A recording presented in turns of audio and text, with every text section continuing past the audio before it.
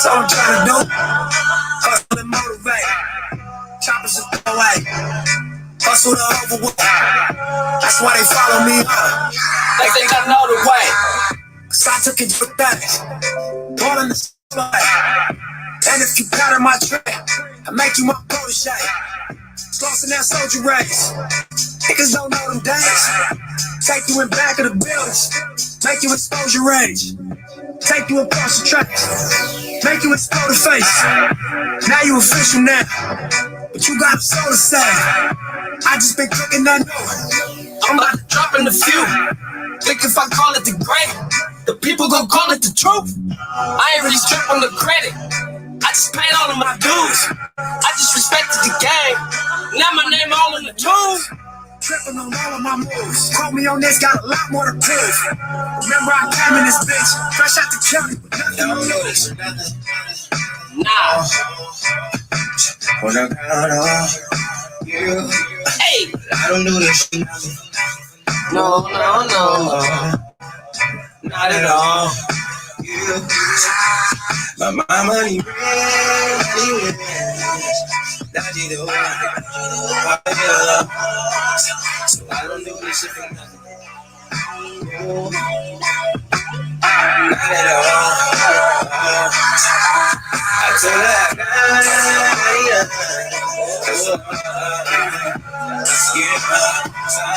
so I don't do this shit for nothing. Got it all.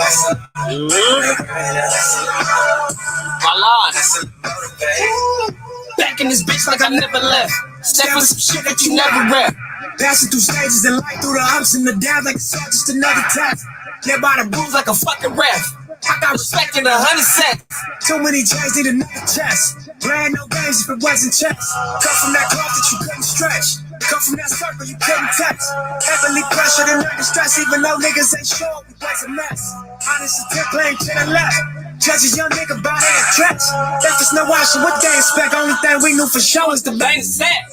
Fuck what they saying, I'm taking risks. Fuck what they saying, I'm saying this. Don't waste some time, it don't make you rich, it don't mean nothing. So fuck them, let's get a grip. Double up, triple up, make it this. While it's so hard, you can pay a bitch. Lead to the lake if they want to fish. Make sure them niggas around you stick to the script. It should be written in stone. You should come visit my zone. Hey! My word, double check all of my flows.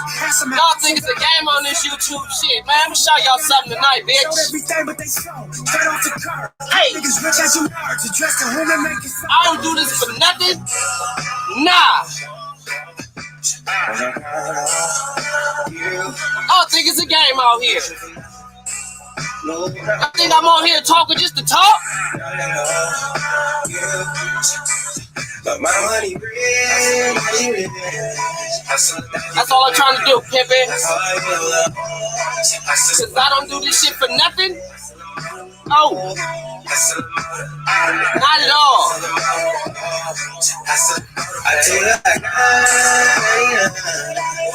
Roll up something for this one for my boy Low. What it do with the folks? What's up with Martin Machine? What it do with the folks? Felix, what it do with the folks? We finna go win tonight. They think it's a game. Cut the bass out. They think it's a game on this YouTube shit, man. All money in it.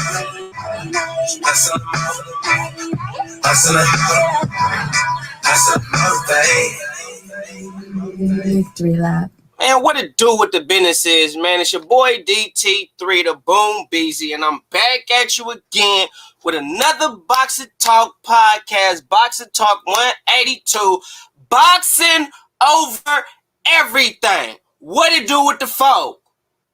Shout out to Martin Machine once again for those that didn't hear me because I was clapping in this bitch. What it do with Los? What it do with the folk? George, what it do with the folk? Felix, what it do with the folk? Roll up one for your boy. Can't smoke in the house. Get free once again, so I'm finna go in on you hoe ass niggas on YouTube. And I'm not finna be playing my nigga Nip. Rest in peace, Nip. The marathon continues, and I'm not finna not call out names in this bitch today. So it's finna be some hurt fee-fees in this bitch. You Wilder fans, you Charlo fans, you Canelo fans, you Anthony Joshua fans, All you motherfuckers finna be mad up in this bitch today. Trust and believe me. Appreciate the 5 that still wanna ride be live with your boy. Cause I ain't playing tonight. Y'all think it's a game on YouTube, and like I said, I'm gonna call it out all day, every day. And like I said in my previous video, for all y'all that had something to say about what the fuck I said about Canelo, bring your hoe asses up in here right now, because I told y'all, next time I go live, I'm gonna tell y'all how Canelo picked Yanni Yildirim. So bring your bitch ass on up in here, all you Canelo fanboy ass niggas. I'm here. I'm live. Where y'all at? About all you or each and every one of you sons of old bitches that had something to say about a video I made. I'm here now. Feel free to bring your asses on up in here and speak your piece. Cause I'm gonna talk my shit, since y'all feel like y'all come my shit thing. I ain't got my shit together to speak my piece up in this bitch. But what you talking about? But what you going through? Toby, what it do with the phone? For sure, bro. Get you some sleep, bro. I know what time it is. That's why y'all would always tune in when I would get up hella early. I appreciate y'all, man. For real, for real, for real. Shout out to the UK.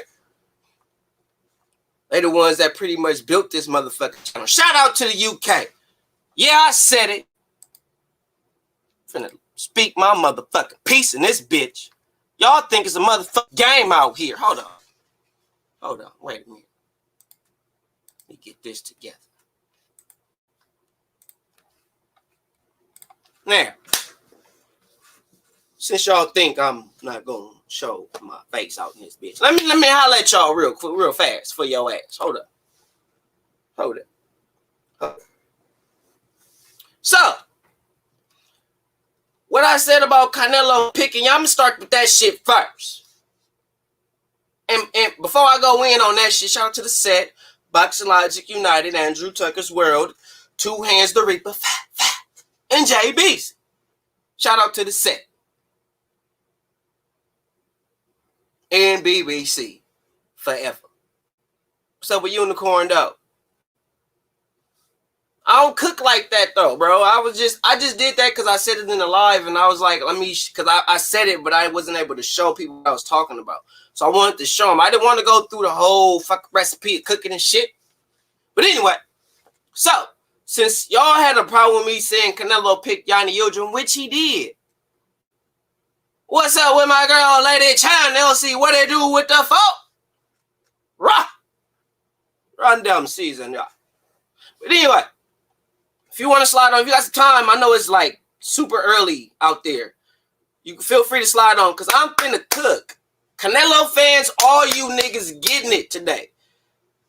Anyway, Canelo could have set his ass back and let somebody come in and fight Yanni Yildirim. Like y'all said, Yanni Yildirim was David Benavidez's mandatory, correct? That's what y'all saying, right? So Canelo didn't have to fight Yanni Yildirim. He didn't have to do that shit. He chose that. And Marsilio Suleiman knew that it was more money in Canelo doing some shit than anybody else. So for Marsilio Suleiman to come forth and try to vouch for that shit, it was a reason. Wasn't no fuckery of what y'all want to make excuses for. Marsilio Suleiman gonna cap for Canelo because that's the check. I gotta do some research on them, don't. That's the check. Canelo's the check. It was funny to me. Canelo can do no wrong. And Canelo is the king of the 150, 55, 56 pound division. Don't get no slap for the catchweight shit. Don't get no flack for that. But all other fighters that do that catchweight shit, y'all on their neck. That's not fair. That's not how shit's supposed to go. Y'all be capping for Canelo. Every time Canelo do something that he shouldn't do, when he say some contradictory shit, like when he told Boo Boo Andrade, he fought nobody for the WBO belt, but you just fought Yanni Yildirim. Who the fuck is Yanni Yildirim, Canelo? How you say he fought nobody for the belt? Let me tell y'all contradictory motherfuckers something. If these fighters are nobody and they world champions, take they strap. How the fuck they nobodies and they world champions? How? How? They nobody. Okay, if he's so garbage, get him out of there. Ain't that what you're supposed to do to a, like, why would you want a champion to be garbage? Why would you want that? Why would you as a fighter, for a second, let me kick my motherfucking feet up. Why would you as a fighter, right? You a world champion. The pinnacle of the sport is being undisputed, having all the straps in your division. That is the pinnacle. That is the high of the high, right? You can't get no higher unless you move up and you do it in another division. Then that's another high. Most niggas not doing all that. They barely doing it in their own fucking division. So anyway, I digress. So you win, you sitting there, you got a belt, you a champion, you got all these other dudes that got belts. And you not trying to fight none of them. None of them. None of them. And to beat the high of the sport, you got to fight them and beat them. And if this dude is garbage, why would I want him to be a champion? Why would I want him to have something that I have? Regardless of sanction, I don't give a fuck about none of that. You are a world champion. You suck. You don't deserve to be a world champion. Why should I allow you to have a belt? Why? You don't deserve a belt. You don't deserve to be a world champion. I should beat your ass just on the strength of that. Is that too much like right to motherfuckers? What's up with DP? Is that too much like right? Does that make too much sense? Or I'm not going to fight this dude because he garbage.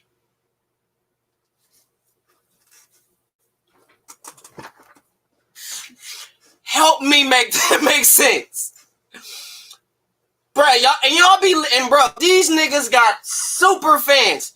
I'm not finna fight this dude that got a world title, and for me to really beat in this sport, I have to take what he got. That's what this sport is about, is taking what somebody else got and take everything. It's like, it's a selfish ass sport. So how could you let anybody have any real estate where you at? Bro, that's like, I'm gonna give it to you straight. That's like a nigga selling dope on your block and making money on your shit. But you ain't tripping because for whatever reason you making more money. So you don't care if he's selling dope over there. It don't matter. He got his own little operation going on, his own little machine, all the shit. He can do that. Yeah, he making his own little money. I got more though. I'm not gonna kick him off the spot because that nigga might kill me type shit. Like, for real? Like, this nigga came to your shit. And your shit, in boxing terms, your division. This nigga in your division got him some product. What's up with Chain with the ice though? What up with my nigga Chain with the ice though? So this nigga come to your set, selling dope, got him some products, started selling dope, moving weight, getting bread on your shit, and you like, it's good, bro.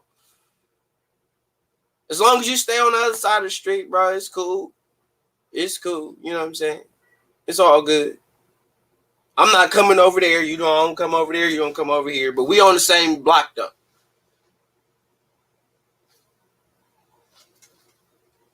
What sense do that make? What sense do that make? This dude got belts or a belt in your division.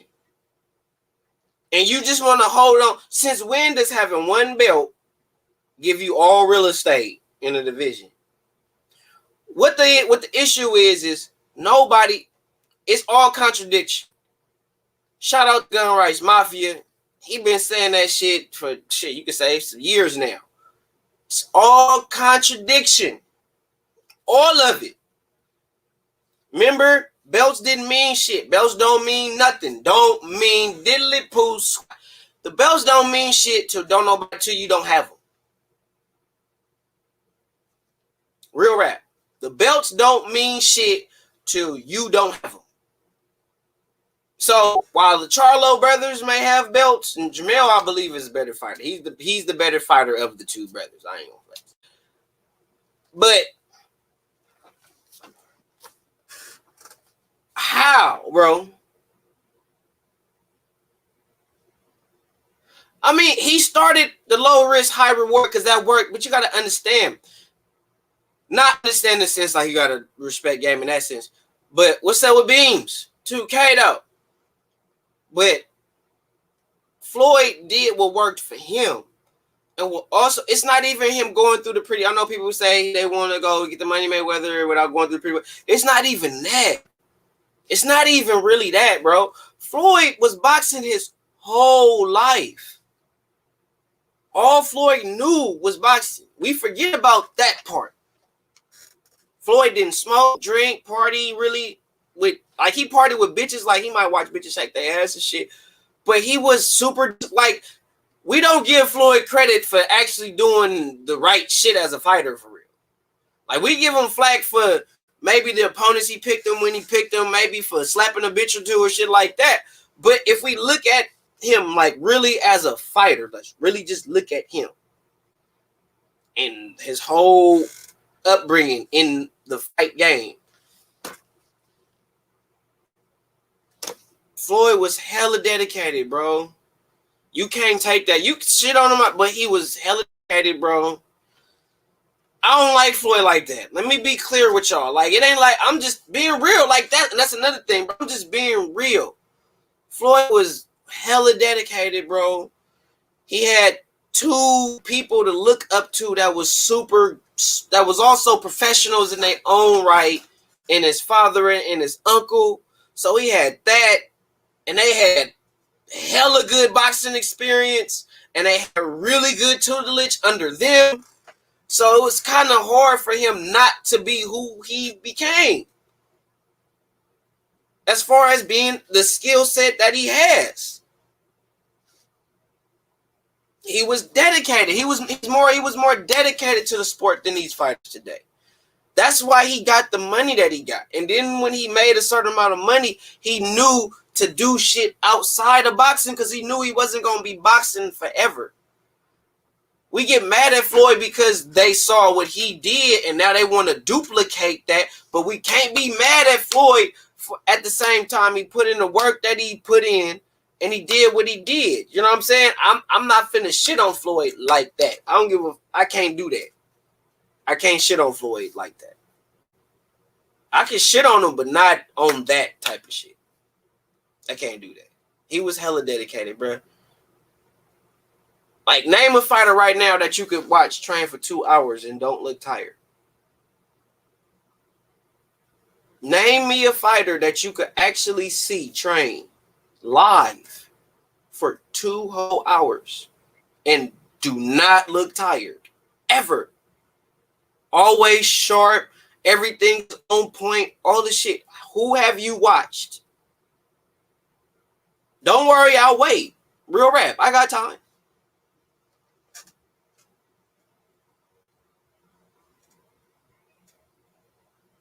Okay, Elsie, I got you.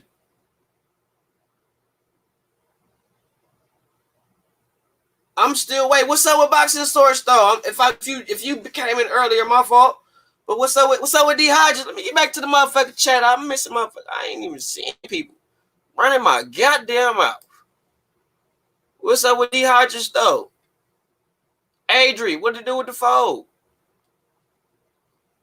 Alex, what to do with the fold?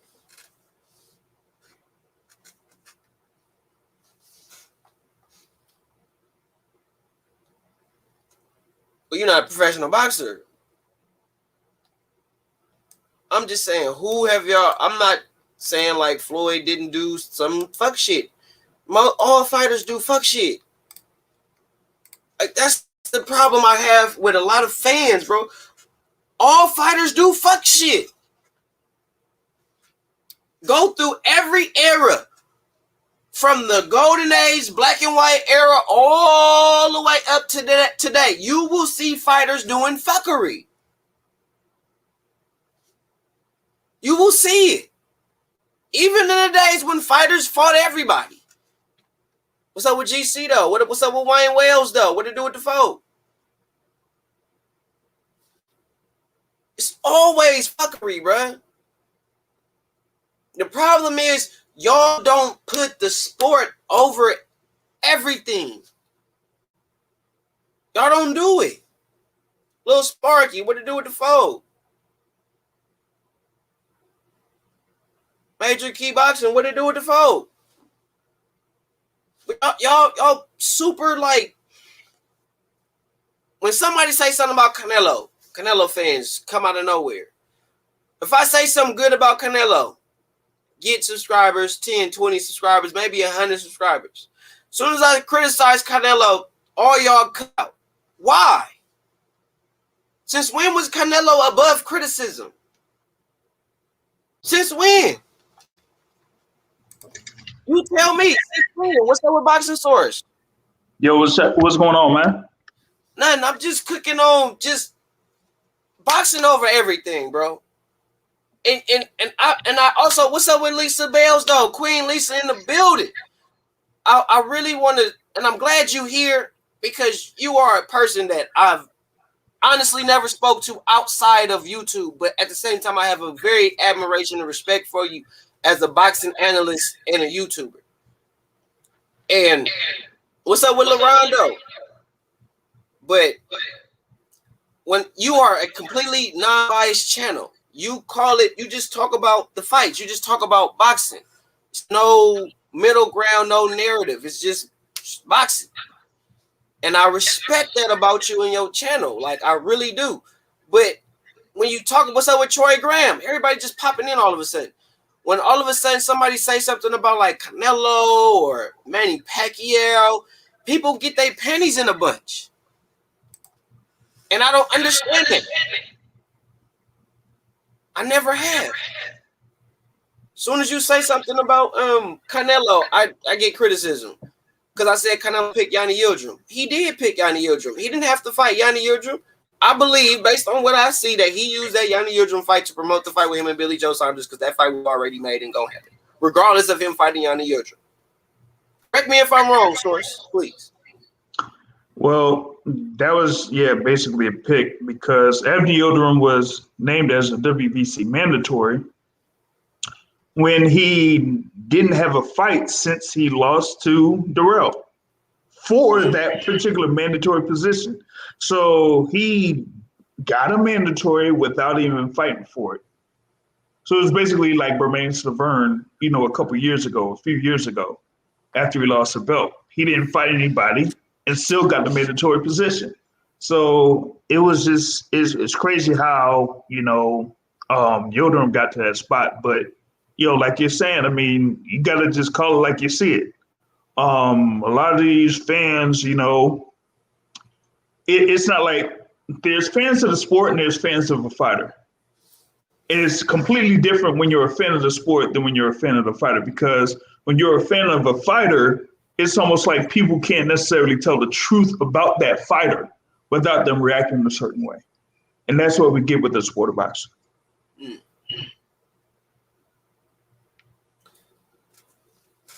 My point is, Pigeon, Saul Canelo Alvarez did not have to fight Yanni Yildirim.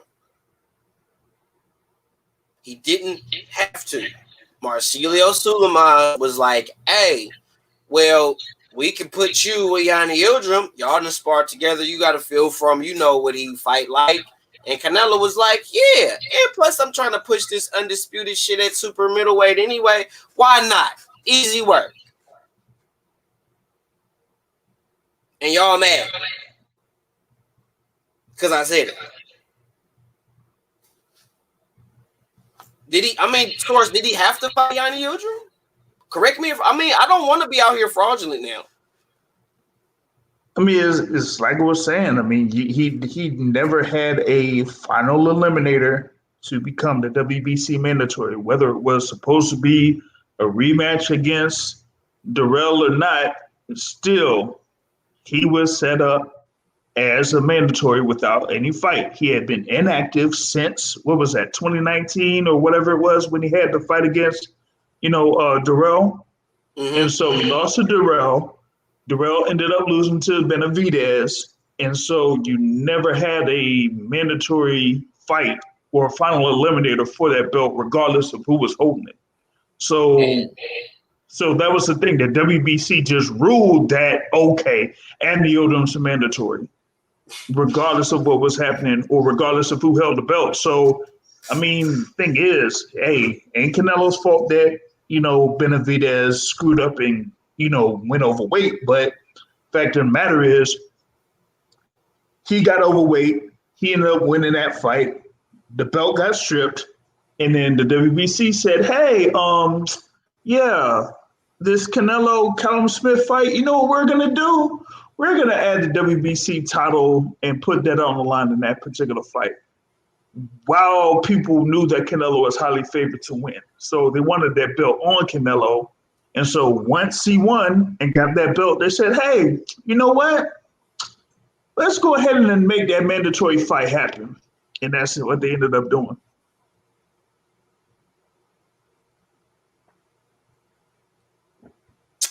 Yep. All I'm saying.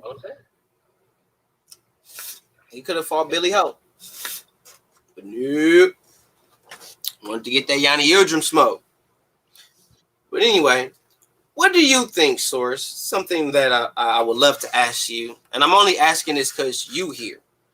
What do you think about it only being, and correct me if I'm wrong, it only being 4 undisputed champions in boxing, and 3 of them are women? What's your take on that? Because isn't undisputed the pinnacle of the sport? I mean, last time I checked, I don't know. Did you hear something different? It's all business, man. It's crazy to me how you can't get undisputed fights. Because it's not only just that, it's more about like, okay, who is the best guy in that division? So you should be able to prove yourself by being the undisputed champ. And if you can't arrange to have those type of fights, then you're going to still, end up having these discussions. Who's the best at this way? Who's the best at that way? Like, of course, DT3, you've talked about it multiple times on your channel, how we haven't been able to have an undisputed heavyweight championship fight when we could have had it from 2018 on, at the very least. Not going to happen. And now it just seems like that's not going to happen, regardless of what happens, on July 24th. It almost seems like that's out of the cards. So with that being said, it's like you can't get it there. And in these other divisions, you got, all of these other fighters or organizations not working with each other. And that's basically what it comes down to, is these promotional companies not working with each other's in order to make these fights happen. Because it's crazy to me that, with the exception of that heavyweight title bout, we also have something where we could have an undisputed championship at 147 pounds. And I said it a while ago. I said, listen, if Spence ends up beating Pacquiao in August, we're not going to have Errol Spence fight Terrence Crawford unless Terrence Crawford is not with Top Rank. It's not going to happen. And that's going by history. We haven't really seen, especially in the welterweight division, we haven't seen Arum and Top Rank work with anybody that's been on PBC or working with, Al Heyman. We've seen it with Floyd Mayweather, and it seems like we're going through the same thing again here. I don't think we're going to get undisputed in the welterweight division. I don't see that happening. I was just thinking about something and just wanted to ask you, do you think that Floyd Mayweather would have fought Oscar De La Hoya if it would have not been, if he were to win that fight, he would always be the A side? That he couldn't debate that? Or did he fight De La Hoya because he really wanted to fight De La Hoya? He wanted to fight De La Hoya ever since, it was years ago. because they like even when they were like within the same promotional organization, like they were all under Top Rank. Him, De La Yeah. Hoya, Mosley, and all that, and he wanted those fights because he felt like he was the most talented fighter in that organization. But all of the attention and all of the fame and everything went to Oscar De La Hoya. So he said, you know what? I'm going to show y'all and prove to y'all that I'm better than Oscar De La Hoya. Y'all go ahead and give me that fight. But they never gave him that fight. So he had to wait until both him and Oscar were basically away from Top Rank in order to get that particular fight. And he said, you know what? I'm going to concede and not be, the A side or whatever it is. Give it all to Oscar. Just let me step in the ring and prove that I'm the better fighter against Oscar. And that's how that came about. So why fighters can't do that shit? It's a rare occasion. It's a rare occasion. I mean, you don't see, like for example, in the past, Deontay Wilder conceding to make a fight with Anthony Joshua. You don't see like other fighters, doing that in order to concede to make the biggest fights possible. It's almost like 50-50 or no fight, which is what like Wilder said in the past. So unless if we have those guys that say, you know what, let me go ahead and take this risk, then we're not going to make that fight happen. Outside of that, when you're talking about undisputed, it has to be under the same umbrella. Look at what Josh Taylor did. He went through the World Boxing Super Series, unified against, Regis Prograis, but still ended up signing with Top Rank in order to make that undisputed fight with, Jose Ramirez. So unless if we get that type of, occasion, you're rarely going to see those type of fights here in the sport of boxing. You think Crawford gonna leave Bob? I think so, but if not, he should be a free. He should try to be a free agent. That's what he should try Mikey to do. is. Mikey is a free agent. But remember, Mikey had been with Top Rank and got put on the shelf for about 2 years before he was able to have a fight again. I really hope that there's nothing in the contract that has, Bob Graham have so much power over Terrence Crawford, then he can't really do anything for an extended amount of time like what happened with Mikey Garcia. We really don't want that. So basically, if Crawford wants an Errol Spence fight, that fight is to really happen, he would have to go to PBC. Either that or be a free agent like with Mikey Garcia. Mikey Garcia was able to get, $5 to $7 million, in a fight against, in a fight last year in 2020.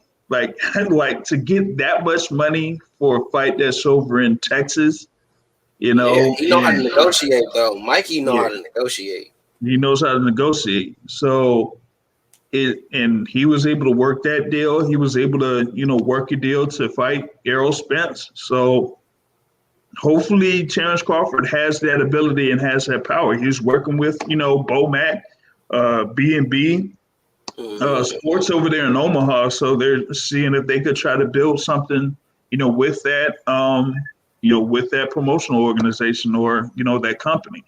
So maybe he could, get himself worked out to be able to be released with this Top Rank contract and the extension that he signed, because, he only signed that extension to see if he could get that Pacquiao fight initially. And then when Pacquiao lost to Jeff Horn, like pretty much like it all kind of crumbled because they didn't have a rematch between Pacquiao and Horn. So he just said, you know what, let's see if we could renew the deal. But then Pacquiao signed with PBC soon after. And that was basically that for Terrence Crawford. And now he was stuck. So that's the situation with him. He's stuck. And now we're at the time where he could say, you know what, I'm free of all this. Let me just get out of this contract and let me move on my own, and I can fight anybody I want. So, like I said, Crawford Spence fight will not happen unless Crawford is a free agent or he go to PBC, which is terrible. Because I didn't even think about it. I was thinking about talking about Josh Taylor, how he won the Super Series, and was he a free agent at the time, or was he under Matchroom? I don't think he was under Matchroom at that particular time. I think he was kind of like in a smaller or with a smaller promotional organization. Okay. And then he ended up, having that deal with Top Rank to, get himself situated to get that fight. But, as another example, whether it's, for Undisputed or not, you had, an instance where, Miguel Cotto was under Top Rank for a good while.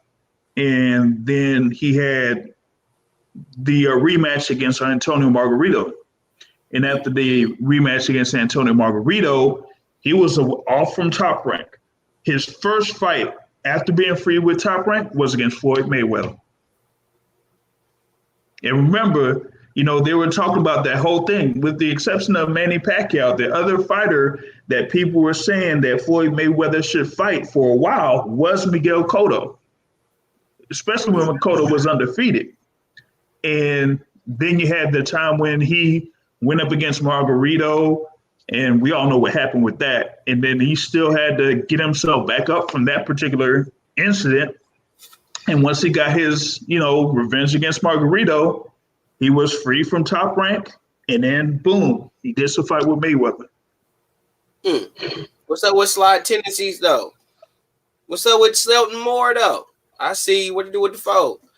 I don't want Josh Taylor to move up. I don't think he should move up. I think he should bring something that we don't see much of. And I think Teofimo is initially genuinely, he wants to do it. He wants to fight everybody. I don't think he's, capping on wanting to fight everybody and be the dude to really fight everybody. I do think that after he fight Kambosos, that he's going to fight Devin Haney next. I think he is going to do that. But I'm mad about him getting that COVID, man. He should have kept his ass in the house, man. He shouldn't have did. I'm serious. He shouldn't have did no what was it? No public press conferences training. He shouldn't have did that. He shouldn't have had no cameras and all that. He shouldn't have did that. DT3. I can't really say much, but I got word from that thing got postponed for a different reason. Hit me on the gram. I will. Hit me on the gram. I will. I don't want to get in trouble. Hit me on the gram. I will. But I think he should have stayed himself in the house. Based on what it said, he allegedly got COVID. And I think based on that, he shouldn't have been having all those cameras and all that type of stuff around him. He should have basically stayed his ass in the house. But I do feel like Kambosos is a threat to Teofimo. What you think about Kambosos, Source? What do you think about him? I like him.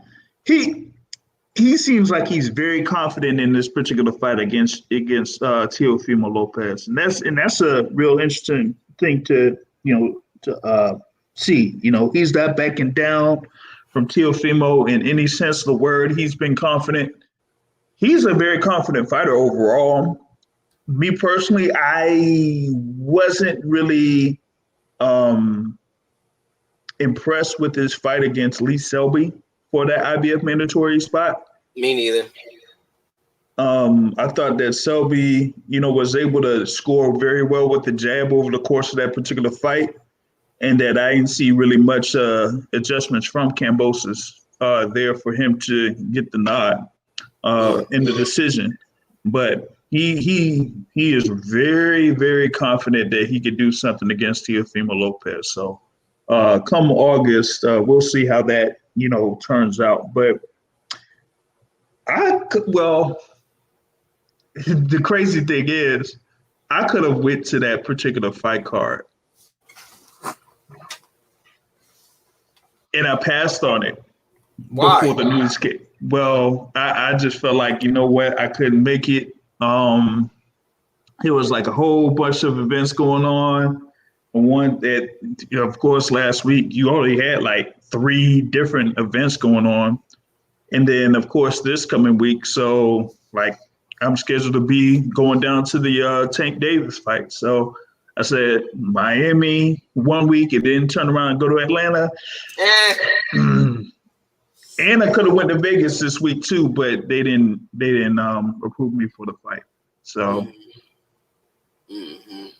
what you think of Newey right now? In a way, yep, I like him. You know, I like him. What you think about Newey right now?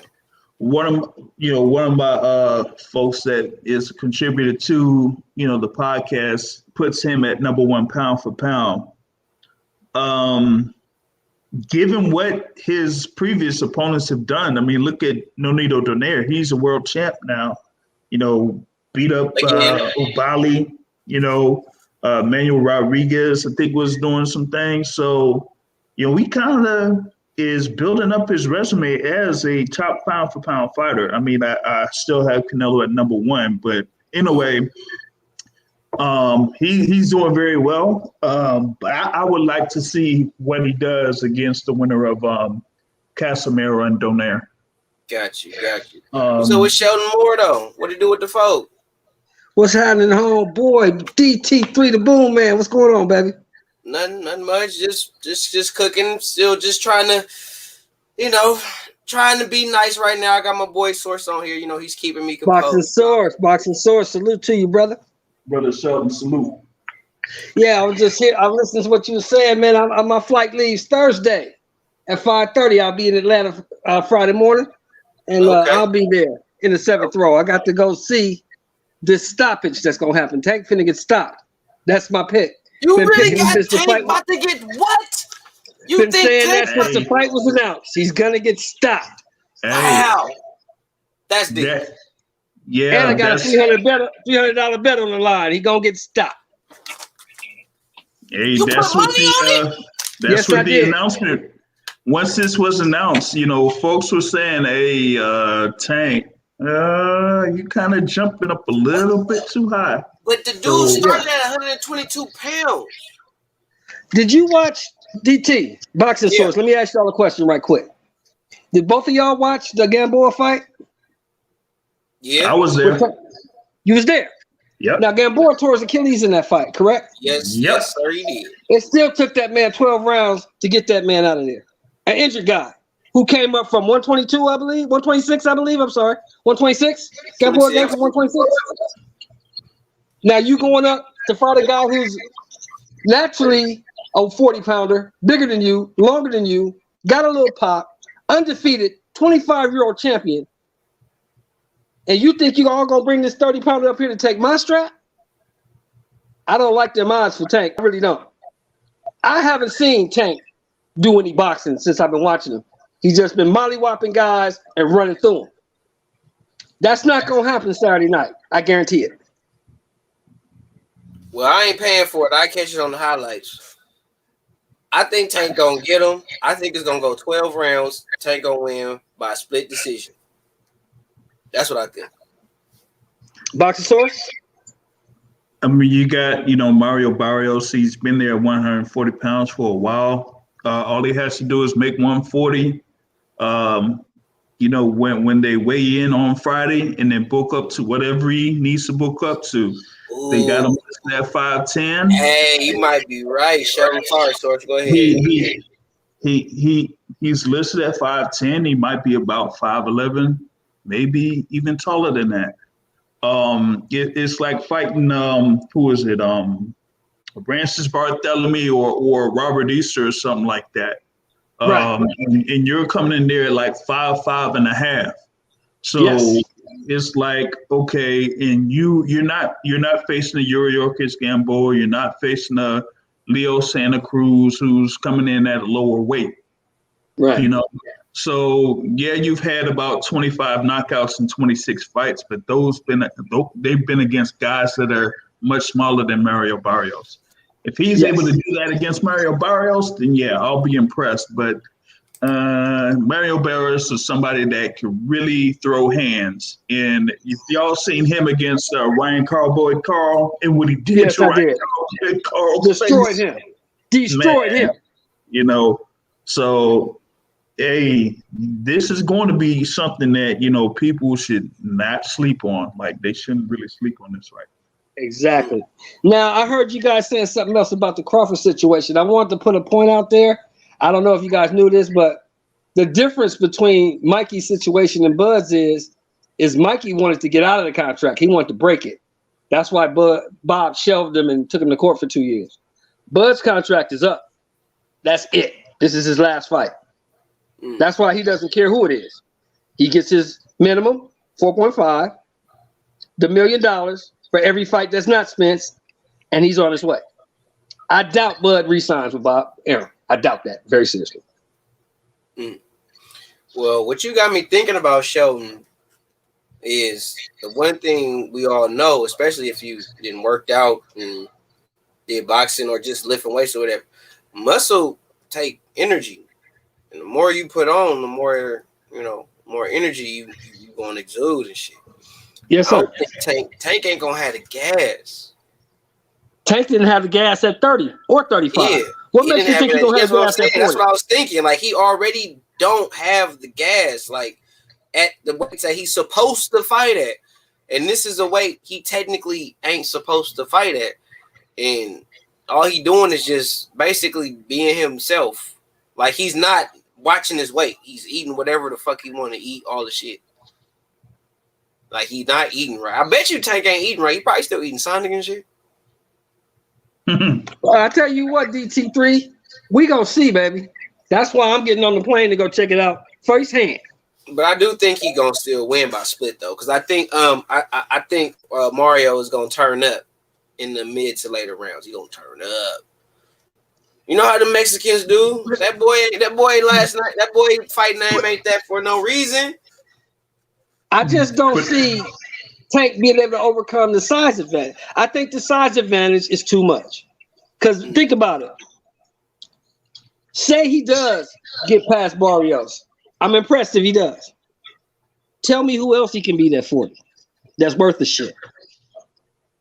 Can't beat Regis. Can't beat Josh Taylor. Can't beat Ramirez.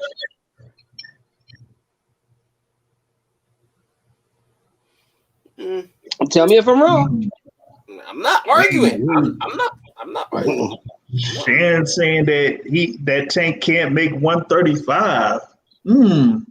That's the whole reason why he's at the 40. Why would he miss all that money at 35? You know how much money he's at 35 right now? Though. I think he just don't. Why would you pass up all that money then? Tell me that. Answer me that. I don't think he makes. Riddle me that, back man. Riddle me that. Why would he pass all that money up at 35 to jump to 40 for a guy with a regular title? And it's bread for Tank at 35. I mean, bread. Yeah. I mean, make it make sense, bro. That's all I'm saying. Make it make sense. It don't make sense right now. Well, Ryan gonna move up to 140 next? Watch what I tell you. Who cares? Who cares? I don't care what that kid does. I don't care what he does. I have no respect for him. I don't care what he does. Not supporting none of his events, not buying none of this. I don't care what he does. That man said he's in depression, and then all of a sudden he wants to talk about fighting Devin Haney. Fighting Devin Haney. 6 days later, he back in the gym talking about he gonna fight Rolly. Come on, man. But you said you need time for your depression. You had to be the best version of yourself. And 6 days later, you in the gym talking about I'm fighting Rolly Romero. Dude, so you use mental illness to duck the fight with Fortuna, basically. I'm done with you. I'm cool on you. I don't go back to modeling or Instagram, spend your Gatorade money, whatever you're gonna do. But I don't care what you do in boxing. I'm not watching you. I'm not supporting you. I don't have nothing to say to you. Who do y'all think hit harder, Fortuna or Luke Campbell? Come on, man. That's a crazy question. I'm Luke just Campbell. Saying it. Luke Campbell got pillow fist. You want to talk about the epitome of pillow fist? That's Luke Campbell. And if Luke Campbell gonna put you on your ass and he just touched, Sheldon, he just touched that boy. You know he didn't hit him. He just He know what Fortuna's. Fortuna's a rough, tough dude. Fortuna fight dirty. Yep. So Fortuna was gonna beat him up. Remember Fortuna's fight against Robert Easter? Yep. Like, he worked Robert Easter in that fight. Worked him. And Easter was, kind of lucky to get out of that particular fight with the decision, And so he didn't feel like boxing session. Did he feel like he won after that fight? I don't think so. No, Bundy didn't feel like he won that fight. That's one of those. That's one of those when you do this. Yeah. Really? Yeah, really? I did win? Okay. You do one of them Tim Bradleys. Remember Tim Bradley? I won? I won? Yeah, you won, Tim. You won. Yeah, you won, Tim. Yeah.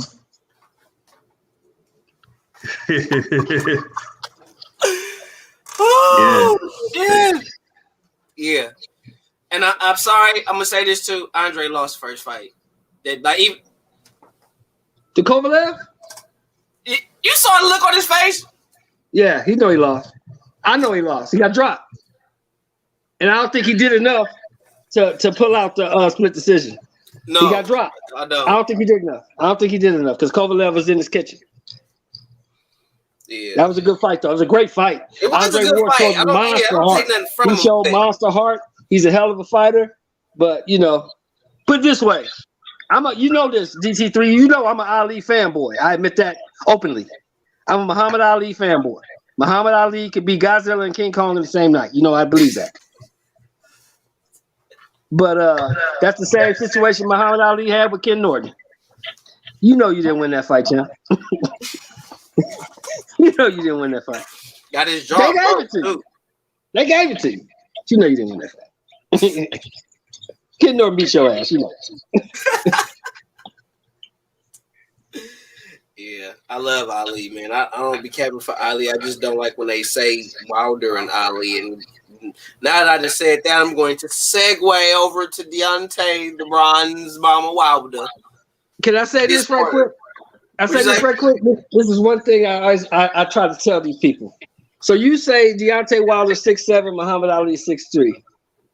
Muhammad Ali had a 78-inch reach. Deontay Wilder has an 83-inch reach. Does anyone know what Sonny Liston's reach was? No, I don't. 85 inches. Yeah, it was like 85. I knew it was over 80-something.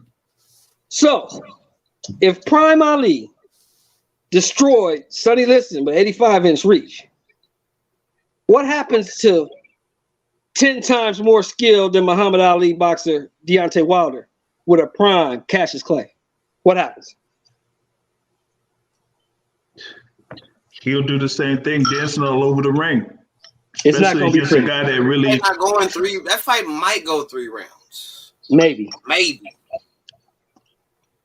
And I'm tired of them saying that. And I'm mad that Foreman came out and said that dumb shit that Wilder hit harder than him. Like, Foreman, good and hell well, Wilder is not putting no dents the size of my head in no damn punching bag.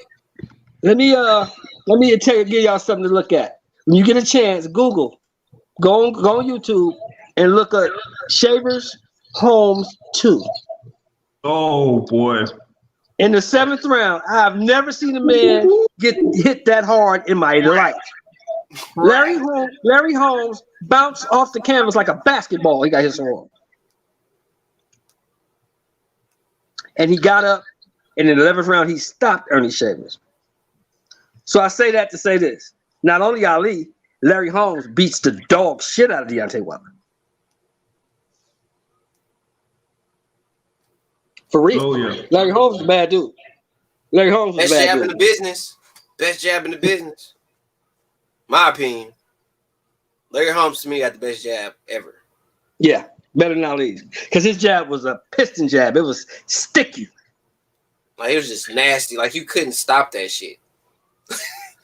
Like, I always say, everybody say best jab, Larry Holmes. Larry Holmes. So what was you going to say about our guy, the Bronze Bomber? What was you going to say about him today? No, I'm just tired of the antics, and I'm tired of him talking about how he would knock out people that if he was going to do it, he would have did it already. If he was going to knock out Joshua, you would have did it already. Why would you turn down over $100 million to fight Fury if you could have knocked out Anthony Joshua and been what you what you've been telling people, which has been bullshit. Because he was preaching for a long time, I'm gonna be one face, one name, Deontay Wilder, the Bronze Bomber. And then when he had the opportunity to do it for over $100 million, he said, no, I'm good. I'm finna go fight Tyson Fury because y'all say I ain't fought a name. Well, here's the thing. Here's what I see. Now, Boxing Source, tell me if you agree with this. I don't believe Deontay Wilder has any interest in being the unified undisputed champion. And here's why. Because if you're the unified heavyweight undisputed champion of the world, right? Now you have this thing called mandatory.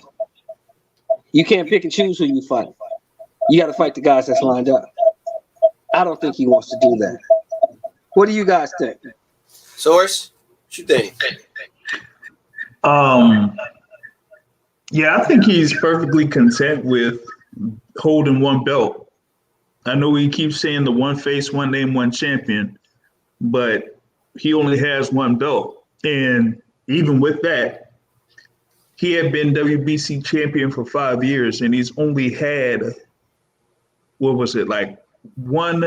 two mandatory defenses of the WBC title against Romain Stavern and against Dominic Brazil. And that's it. While you have Anthony Joshua, when he held the titles, he had mandatory defenses against Carlos Takam, against Alexander Povetkin, and against, Kubrat Pulev, and is about to have another one here against Alexander Usyk. And so it's just rotating year after year. Somebody got to I think it's me. I'm going to see if I can get some headphones here, but I'll continue here in a bit. Let me get some headphones. All right, man. But anyway, that's all I was going to say about Wilder, was that he been talking about all this in these interviews about what he going to do to Joshua. He's not going to fight Anthony Joshua. He's not going to do that. He's not going to fight Joshua. The only reason why he's fighting Fury is because he have to. He's not fighting Fury really because he want to. That's the only bag he got left. Like, everybody think he fighting because he fighting Fury because he have to. He not fighting Fury because he really want to. So you saying that it's a case of you asked for it, now you got it. Yeah. It's like, this is what you want. Okay. You know what I mean? I hope, Malik Scott helped your feet. Because if you still got bad feet,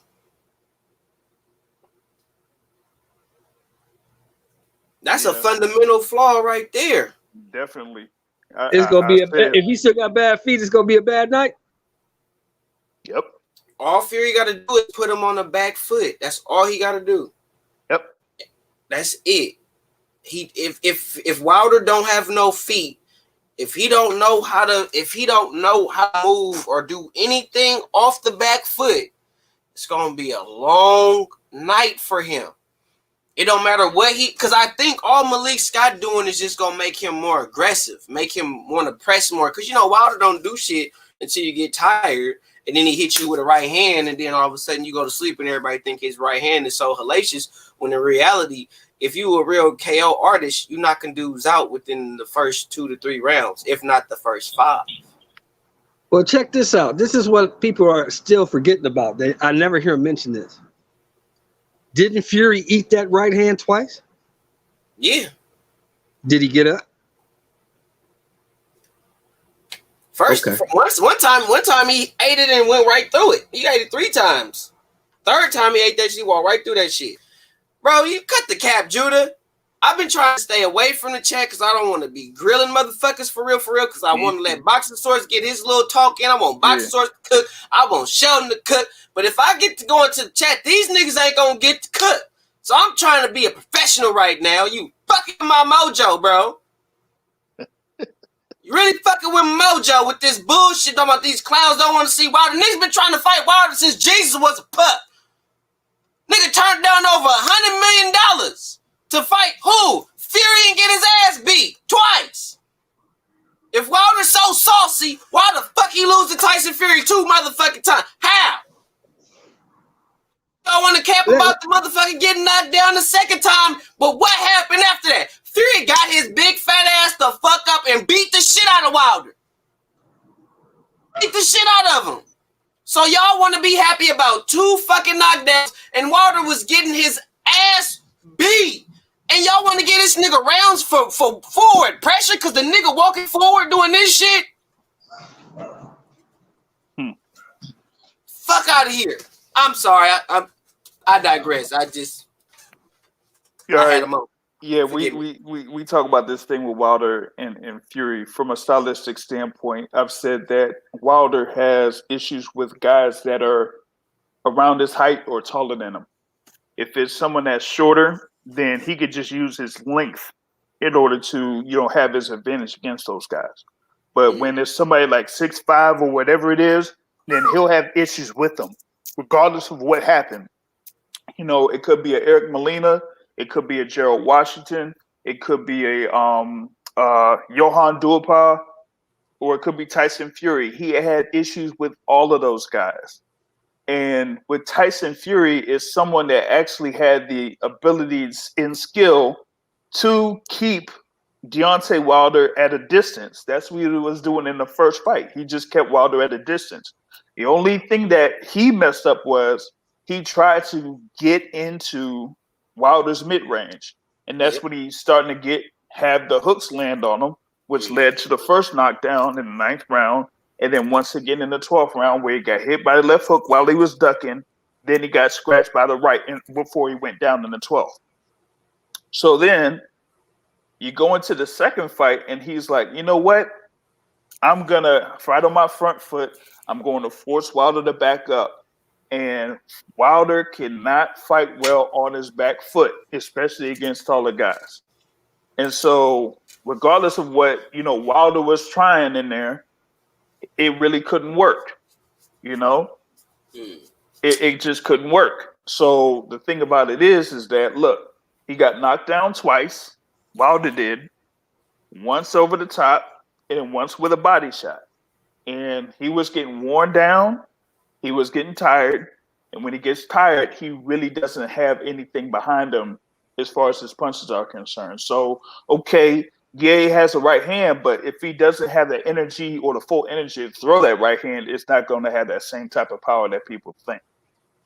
So that's the thing about that second fight is that once Wilder got worn down, it didn't matter if he had the right hand or anything like that. It wouldn't have mattered much. He tried to throw that right hand, and it still didn't work against him. So now here in this third fight, I don't think Fury is going to come in at 300 pounds. He's going to be at the same. He's going to be at the same range, 273, that he was in the second fight. As far as Deontay Wilder is concerned, like you were saying, DG3, he's going to be a little bit more aggressive when it comes to offense. But the thing about it is that if you can't defend well, whether it's going off the back foot, whether it's blocking the jab, that's not going to really help him out that much. And it also opens him up for counter shots too. So he does have to watch out for that. And I think he's going to overcommit to a lot of shit. I really do. I really think he's just going to overcommit to a lot of shit. Just going to be too aggressive, kind of trying to force himself on the front foot the whole time. And also, I don't think he's going to have the gas to fight that type of fight because he's not used to fighting like that. Wilder only likes to get aggressive when he know he got you hurt, catch you, boom, he see you hurt, then he starts just going ham and crazy and shit. But I think he does that regardless. Yeah. And Tyson Fury said it in a press conference. He said, it doesn't matter what you've done with him, in training or anything like that, Malik Scott. Once he steps into the ring, he's going to end up being the same Deontay Wilder that we've seen the whole time. And that is, like you said, being over-aggressive and being off balance when he's trying to get or land on his target. And you can't really do that against someone like Tyson Fury because he'll make you pay every single time. Mm-hmm. And I think, and you know what? What you finna say something, Shelton? Yeah, my boy Bon Kui. What's up, Bon Kui? My dude. Yeah, he had a good point, man. How does Wilder want to fight all of these guys, right? When he was a 34-win WBC champion, and he said he wanted to fight Vladimir Klitschko, and his manager said, we can't take that fight. Wilder's just a baby. How's a 34-win, undefeated, 34 knockout champion a baby?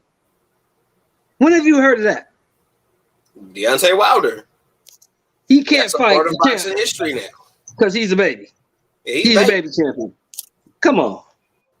I might have fired Shelly Finkel at that moment. Just saying. Hey, but I mean, that's Finkel that's managed Deontay Wilder since 2008. Like you said, Finkel said he's just a baby. He's gonna, he just won the title against Romain Stavern, but I'm going to have him fighting against 2 hometown fights and then go up against his mandatory, and that's exactly what they plan to do. Have him in 2 fights against Molina. And then against Johan Duhaupas or whatever it was. Then he had the fight against Spilka.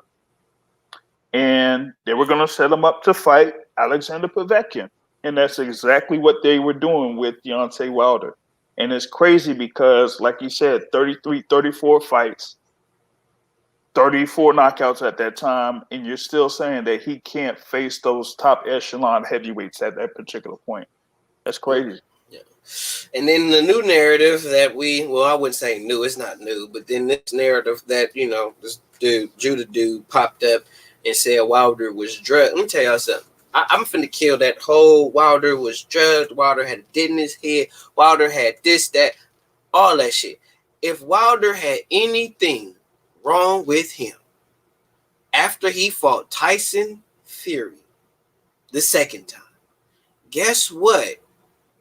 The doctor, because it was stated that he went to the hospital after that, right? So if this dude had a mild or serious contusion in his skull, I think the physician that saw him that night would have saw that shit. I do believe that would have happened. I think. What about the post-fight tox screen? DT3. Right. What about the post-fight tox screen? So they got some new miracle drug that nobody can detect that drugs you? I'm just saying. If they do, I mean, they might. And I just have it. Come on. I mean, it's just ridiculous, bro. It's ridiculous. Make it make sense. I was just going to say that. Make that make sense. If you claim that you have a dent in your head or whatever it is after this fight, you wouldn't be physically cleared by any state athletic commission to fight anywhere. They would put you on the shelf for an indefinite amount of time, or they could actually put you out permanently if they feel like it's not safe for you to fight in any type of sanctioned boxing event. If you have if you have specific damage to your skull, that they would say like, okay, if you get hit at this particular spot again, that could be some real serious damage. It could be life-threatening. They could have that assessment, put that on you, and say, you know what, we're taking your boxing license. You're not fighting again. And the last time I checked, fellas, bones break. They don't dent, right? Am I right in saying that? And this is the hardest one, at least next to your shin or some shit. This one of the hardest ones. How the fuck you get a dent in this bitch? I thought they break. Boxing Source, am I wrong in saying that? That bones break? They don't dent? Bones break. They do not dent. They break. Okay. So I really didn't buy all of that type of stuff. I'm just, looking forward to this thing on July 24th. As you've seen from the press conference, Javon Sugar Hill said that, we're working on him setting up things to have one punch knockout power. this is something where, I mean, they've worked together for like what, over 16 months now, off and on. They've been in the gym working, for 16 months. And now you've seen that he's been back and forth in Miami and over in Vegas, working with, the real big baby, Jared Anderson, working with Efe Ajagba, working with a whole bunch of guys. So he's going to be ready for this particular fight. And the thing with Wilder is that you make this change, and now it's like nobody really knows, one, why you're making this change, and two, if you shut off like everything that you did while you were in Alabama beforehand. Like, they tried to prepare him to have fights of this magnitude, and it looked like he didn't really want to do everything like that. Now it seems like he wants to change. He wants to, work harder, run, lift weights, jump rope. But he running? Whatever it is, and stuff like that. And I'm like, okay, that's all cool and all, but that doesn't necessarily prepare you for getting in the ring against a guy that's bigger than you, taller than you, and basically is not intimidated by you. At all. So it's like, okay, now what are you thinking about? Because here's the thing that gets me about Deontay Wilder, right? You go through the entire press conference and you decline to speak during the press conference. Okay, cool. But when you have jump rope, but he running? Whatever it is, and stuff like that, and I think she still had the thing on YouTube or something. Shan, shout out to Lady Shan. Shout out to Lady Shan, man. But you go through all of that, and it's like, okay, Fury has that confidence that he can do anything he wants to. Wilder goes to the press conference, declines to speak during that press conference other than the opening comments. Okay, cool. But what bothers me is that after that press conference, he's still saying the same things that he was saying after the end of the second fight, which was, oh, he cheated, he did this, he did that, instead of saying, okay, let me just clear all of that out and just focus on this particular fight and say no excuses. And I don't like that going into a third fight, because you're not really focused on figuring out a way to defeat Tyson Fury. You're just thinking about buying into all of the outside stuff that was being said after that fight happened. That's not cool. And that's what I'm saying. Like, you didn't want to say nothing during the presser, but then all of a sudden you get asked all these questions after the presser, and now you got something to say. Now he cheated. So you basically did not want to answer no real questions while you was on the podium. You wasn't finna do that. You wasn't ready for that. What's up with Lady Chando? What to do with the phone? DT3 Shelton boxing sauce. Big up yourself. My queen, what's going on, baby? Yeah. Sorry, Elsie, I gotta tell you something. What's up? I didn't know that you was on Top of Top. I was slapping that shit hella long ago, and I ain't even know that you was on that shit. Yeah, I didn't even know that was you. And then when I heard your music, and I was like, that voice sound familiar. And then I so happened to slap it, and it was like, and it said your name. I said, ain't this a bitch? Well, life is funny like that, isn't it? It's weird. I know. Comes full circle. Yeah, that's my shit though. That's my thank shit. You. I'm flattered. Yeah, big tune back in the day. Yeah. I know that's an old one, but that's my shit. People still bumping it. Yeah. I still bump it. Yeah, Shelton knows the deal as well. Shelton knows it as well. Oh, but thank you. I wanted to get your take on, of course, the Wilder situation. And what do you think about Teofimo Lopez getting COVID? I want to get your take on that. Teofimo getting COVID. Let's see the paperwork. Let's see the proof, because I'm hearing he can't make weight. Oh, that's what I've heard, that he can't make weight. Don't know how true it is, guys. But that's what I heard. He can't make weight, so he has to have an extension. And because realistically, if he had COVID and then they've rescheduled it, only 4 weeks later, that's not enough time to get over it. But 4 weeks is enough time to drop weight. It's not enough time to recover from COVID, get back in training, and acclimatize. Remember, he's been in Australia all in one foul swoop. Nah, he just can't make weight. Just like Tank, just can't make weight. That's why Tank's gone to 140. It's fraud. Wow. That's terrible. But he doing all this training though. How he can't make weight? I don't know, because I like I keep saying, I saw him on a live, one of his lives made before he got this Mando. And I asked a question about 135. And he said he starves himself to make 135. His exact word was like, I starve myself to make 135, lady. That's what he said.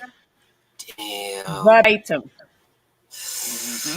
Let me find out, T.O. You ain't making weight at 135 and you gonna duck Devin Haney move up to 140. Let me find out.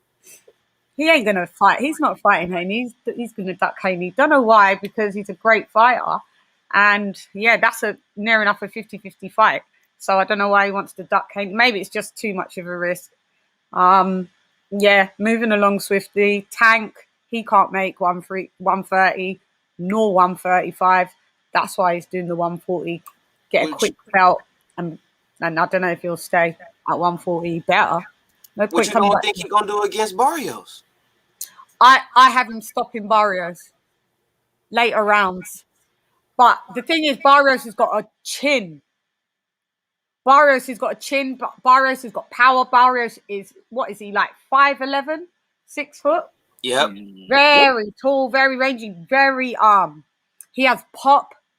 I've seen people land on his chin. Not that much effect. So it's going to be a tough one. But if Tank can get in the inside and maybe score that uppercut, his nice left upper could do something. Because if this goes to points, that's going to be whack. It may go to points, I don't know. I said Tank split. Split decision. Yep, I think Tank gonna do good in the early rounds. He gonna dictate the pace. But once that middle to late rounds hit, you gonna see his gas tank go down, and Barrios gonna turn up on his ass. Yeah, because Tank's tank isn't good. Yeah, we all know that. Shelton says that he feels that Barrios will stop Tank. I can see the point. I can see. Shelton, are you there? Shelton, you know I'm here. I'm here. You said Barrios will stop him. Yeah, I could see it both ways though. It's a weird one. It's hard to call, to be honest. I'm telling you, split.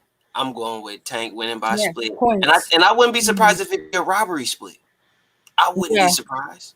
Yeah, because Barrios has only been fighting at 140 for the last 3 fights, so he's even new to the weight. So imagine him that he was coming up from 130. Where was he coming up from? He started at 122. Damn. He'll be finishing his career as a heavyweight. What did you that? The dude's big, and he's not. Have you seen his physique? It's like I just don't know. This is going to be a wild one to see. Tank's like 5'5" and short and stocky, burns out. But like you said, DT, it's probably going to go to points, and Tank will gas out by look what he struggled with Santa Cruz. Yeah, that's what I was thinking. So this is what makes me. He reminds me of a Wilder in a certain way. He is a good boxer, but he relies on that left hand. He does. One punch error. Yeah, one punch error. Now with Fury, being able to be trained to have one punch knockout power, I don't see it. He could be training with Kronk Gym for 4 years. It's just not. You just can't. It's just not in you. It's not. Yeah. I don't think there's going to be one punch knockout power. No. I think the only way he knocks out Wilder is if Wilder gets caught with a punch he don't see. Which Fury is good at that. Wilder's the telegrapher. And That's I really, have a vision that's going to happen. It is going to happen in a I can see crazy the way. smirk on your face right now. I feel it's yeah. going to happen in a crazy way too. Yeah, what do you guys think how the outcome of that fight's going to be? Well, the old adage in boxing that I've heard since 1969, you know I'm an old guy, right? Is that punchers are born, they're not made. Exactly, Shelton. That's what I was alluding to. Exactly. And Fury's not a big puncher. Well, I let me mean, tell you this. in I'm going to go in into a ring and I'm going to get Deontay Wilder and I'm going to knock him out, okay? Yeah. With my one punch. in 3 rounds. No, what like when we say that Fury isn't a hard puncher, of course he is to a degree because he's 6'9", nearly 7 foot tall, 270 pounds. Yeah, he is a big puncher in that regard, but in the whole with the heavyweights, nah. I don't see how he's going to be a one punch knockout artist over just because he's been training for 18 months. I'll have to see it. I don't know. I just feel that Fury stops him. Wilder's going to lose, but he's just going to take longer to lose. Lose nonetheless. And all these people make me sick, and all these little wild debt people make me sick. Even if I wanted to root for the dude, I just can't stand his fan base. I can't stand his bullshit. I can't stand it. Yeah, He's you a get to a sucker. point where it's just like enough is enough with you, bro. Yeah. It's just enough, man. I don't have time for your fuckery. Yeah. I It's don't. wild. It is. It's crazy. So What do y'all think about Jamal Charlo saying that Bubu Andrade needs to fight Juan Montiel? Why? He's a ducker. He's a duck. Jamal, Plain and simple. He's a duck. Jamal. He's ducking Andre. He don't want to Demetrius- fight him. He don't He's wanna afraid fight to him. lose. Yeah. He don't want to fight him. He's a duck. It's crazy because there was a whole lot of back and forth between both of those guys talking about, one person declined this offer and another person declined this offer. But it's crazy that Jamal Charlo is going to say that, Demetrius Andrade should fight Juan Macias Montiel when he just got off a fight against Liam Williams, who's ranked higher than Montiel is. So what in the world, why would there be a step backwards for Demetrius Andrade fighting somebody like Juan Montiel? That don't make Help any me sense make at all. that make sense. Goddamn, Source, you just fucked me up. Yeah. Yeah. I'm like, the Charlo's a reason, sucker. Yeah. I'm like, it's crazy because Jamal Charlo, okay, yeah, he did get his win over Sergey Derevianchenko, and people were kind of like building towards him, gravitating towards him and that type of thing. So we were looking at, okay, what's going to be his next fight? Or are we going to see him, potentially against Canelo Alvarez? Is he going to move up and potentially face David Benavidez? Or is he going to stay at 160 and get a fight against Demetrius Andrade or Gennady Golovkin or even at the very least Chris Eubank Jr.? No. He goes in and he fights Juan Montiel, who had a majority of fights, over in Mexico, got sparked by, Jaime Munguia at 147 pounds. And, that guy's a tough guy, but if you want to show that you're among the best guys in the middleweight division, you got to get him out of there. And there's his brother. I wonder if he feels shame. There's his twin on the road to on the road to undisputed. And Jamal's just like ducking, just calling out Canelo, even though you're not even the same weight cat. And that's what Andrade is doing the same thing. It's like, dude, just relinquish your belt. If you really want Canelo, put your belt down, get up to 168, get yourself into a position, a Mando position or an interim position, and then start putting the heat on Canelo, backing him up against the wall. Till then, shut up. You're in 160. We haven't got time for you either. Let me ask a question. Right quick before you move on. Go ahead. Isn't Demetrius Andrade the WBO 160-pound champion? Yes, sir. So, being the champion, right? Yeah. If he says, I'm putting in my papers Monday, I'm moving to 168, right? Yeah. As the WBO champion, that makes him a Mando for the WBO belt, doesn't it? Yes, sir. That's one of the belts that Canelo has, right? Yes, sir. Mm-hmm. Is the problem not solved? Oh, what? Well, I give you a better one, Sheldon. He got the WBC belt right now. But He if can he leave that bitch on the left. if he goes up, doesn't he have to But relinquish the belt? here's the problem, though, and here's where Canelo really doesn't want to fight Andre, and this was shown years ago. Okay, at 154 pounds, Demetrius Andre was a WBO champ, Right. and at one point, when Canelo lost to Floyd Mayweather and lost his titles at that point, Right. he became the number one contender for the WBO. Right. And he chose not to face Demetrius Andre. He had a couple of fights. He had a fight with Lara. He had the fight with Kirkland, I think it was, and another fight. And then he ended up moving up to 160 after that. So there was a clear chance for Canelo to face Demetrius Andre at 154, and he declined to do that. He had his fight. It was okay after he lost to Mayweather. He fought Angulo, then he fought Lara, and then he fought Kirkland before going up. In my opinion, Lara beat him. I say Lara beat him all the time. Mm-hmm. Yeah, I like Canelo. I thought Lara won the fight. Yeah, I like Canelo, but he's my number one pound for pound at the minute. It flips between him and Bud, but I'm not a fan girl, so I know he's ducked. Yeah, he has ducked, and that like the WBC and Mauricio Sulaiman, they're just he needs to go because he's created all of these new diamond, this, silver, that franchise. Like, this is why it's in a mess. Like, certain fighters, the franchise belt is just the duck belt. It's a duck belt. Yep. Then you can just elevate, go where you're going, and don't have any Mandos. None. You ain't got to fight nobody. Exactly. See, was it a franchise title? You got the diamond title. You got the actual WBC title. You got the silver title.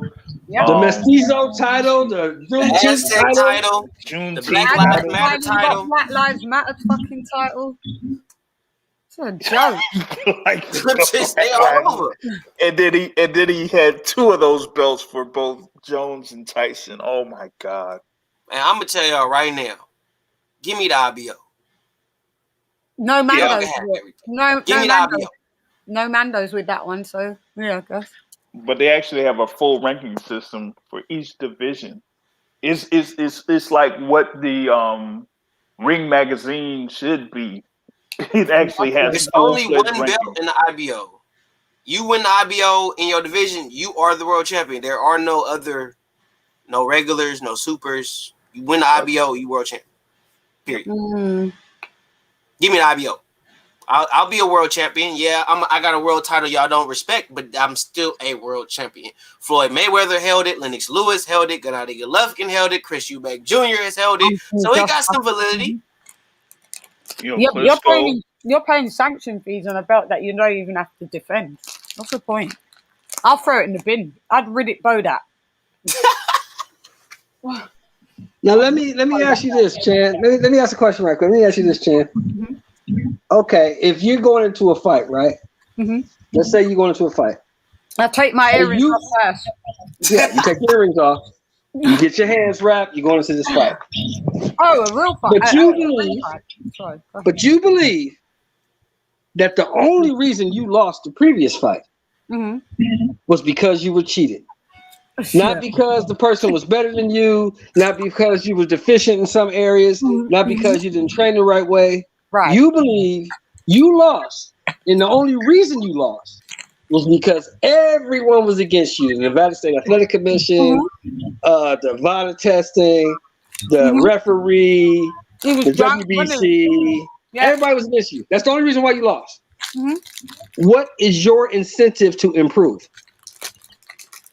This is the whole point. It makes no sense.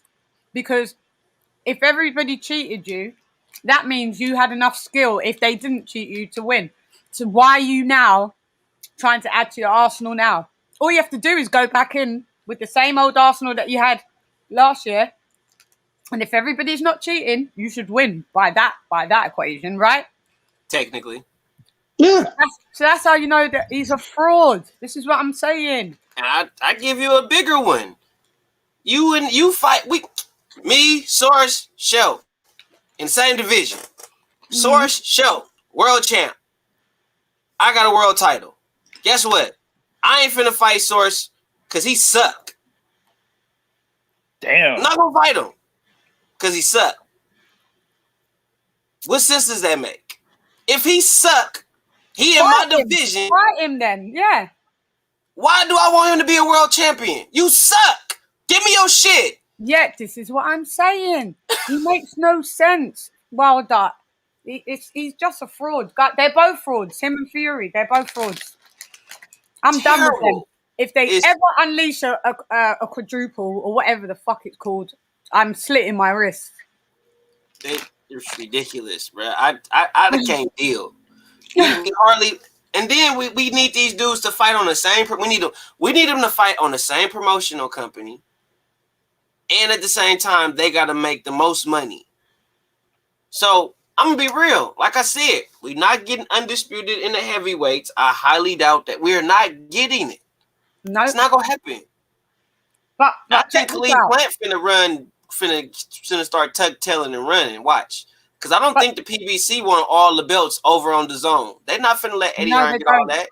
They don't want the British heavyweights to hold those titles. But check this out. VADA State Commission was in on it while you lost the last fight. But now you're fighting under VADA State Commission. You've entered the VADA testing program.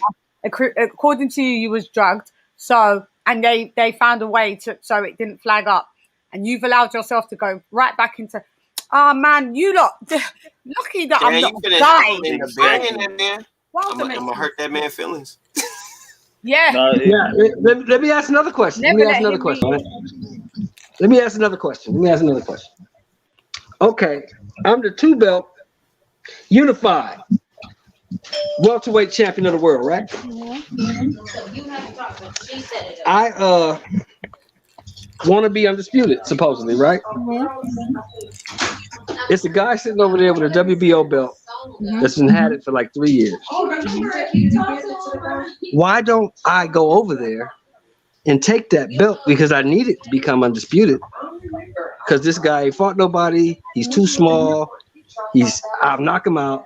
Well, if he's such an easy touch, why don't you go over there and get that belt? Business. Just saying. Wilder makes sense. Wilder's had more than a few opportunities to become undisputed. Go ahead. I'll answer that. Business. You got to understand something. And me and DT3 had this conversation before y'all were on. Yes, we did.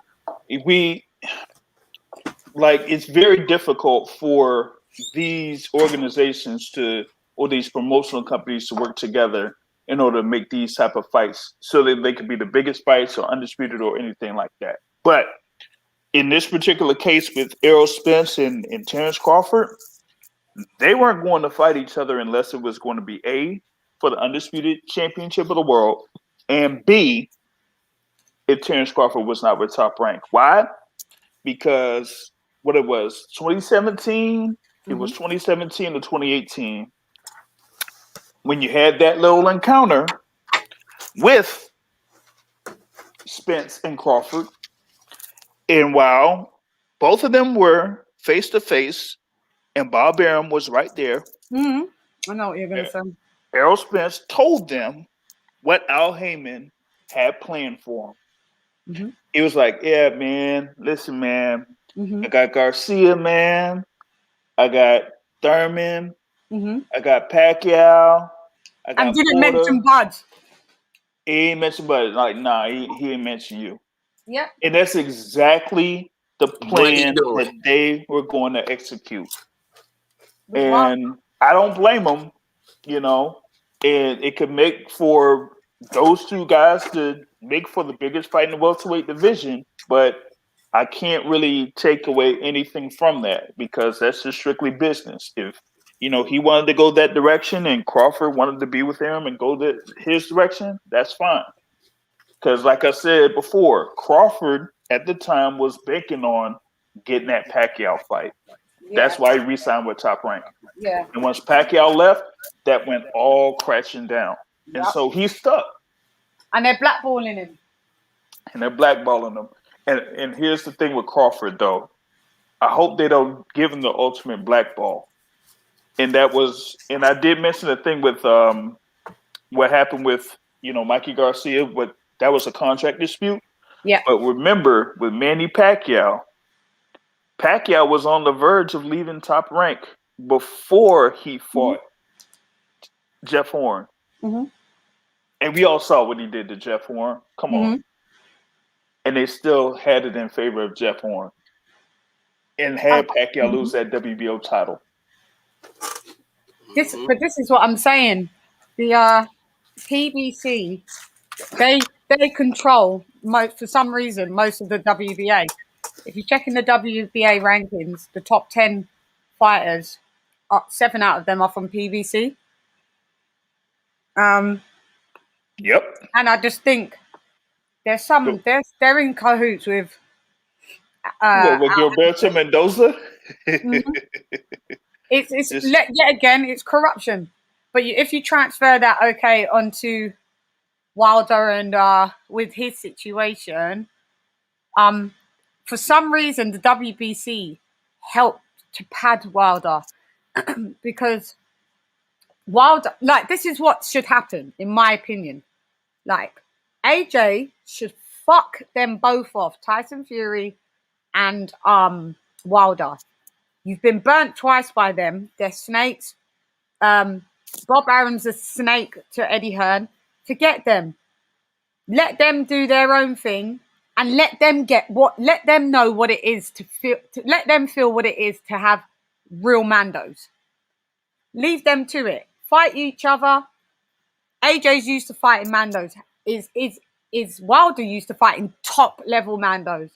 Is Tyson Fury? He's never defended a belt. So I would love to see these elite boxers do elite stuff because these sanctioning bodies are helping fighters. There's some form of favoritism. I don't know, brown paper bags being passed. I just want to see all of these people, all of the weight cats, bar the little dudes. There's problems in every weight class right now, except for 140. Reached undisputed smooth. Well, here's what I think. I'm gonna tell you what I think. This is what I think. Go ahead. I think Errol Spence wants to fight everybody at 147 except one guy. But You don't want to fight that guy. He's gonna fight him if he has to.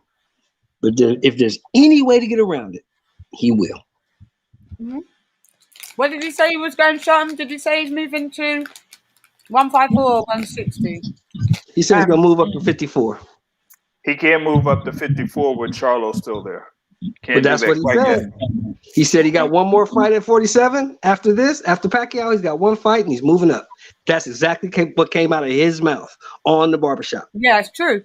He did say he's moving. Yeah. Well, he did, but he said it's either Crawford or somebody or Thurman. Those are his only two options at 147. We gotta wait and see. See after. But the thing with Undisputed at heavyweight really didn't make sense to me. Mm-hmm. And for Wilder to keep that WBC title as long as he did really bothered me. And yes, I've been professed as the biggest Deontay Wilder hater in the planet, but I'll just put it this way. You had him get a draw against Tyson Fury in 2018. He was under no obligation to give Fury a rematch. None. Exactly. And if you're the WBC, you have the biggest fight that could happen in heavyweight boxing. You should push for that fight. There should be no reason that any organization would say for their fighter to fight somebody else or to fight a mandatory instead of fighting for the undisputed. You get the most money from an undisputed title fight. So why would you push for, them to fight a mandatory? That's why I didn't understand people saying, "Oh, Gilberto Mendoza, recently ordered, ordered for Joshua to fight Povetkin in that time in 2018. No, they didn't. Nope. They had it in. They had it. They ordered it in April of that year, and what happened was they gave them some time in order to try to make Undisputed.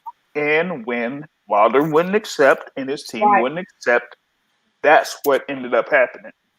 So I don't see where any sense comes in that any organization would decline an Undisputed fight just for somebody to fight their mandatory. That doesn't make sense in any way, shape, form, or fashion. And you get more money, win, lose, or draw. Exactly. Just does it blows my mind. I don't understand. It doesn't matter. Like, you getting paid regardless. So every excuse you using could be used against you. Every excuse. What would make a person turn down? What would make a professional boxer turn down more money for less money? Fear. Straight up fear. You know what? I want to play it, but I don't want to take too much time on watching that video.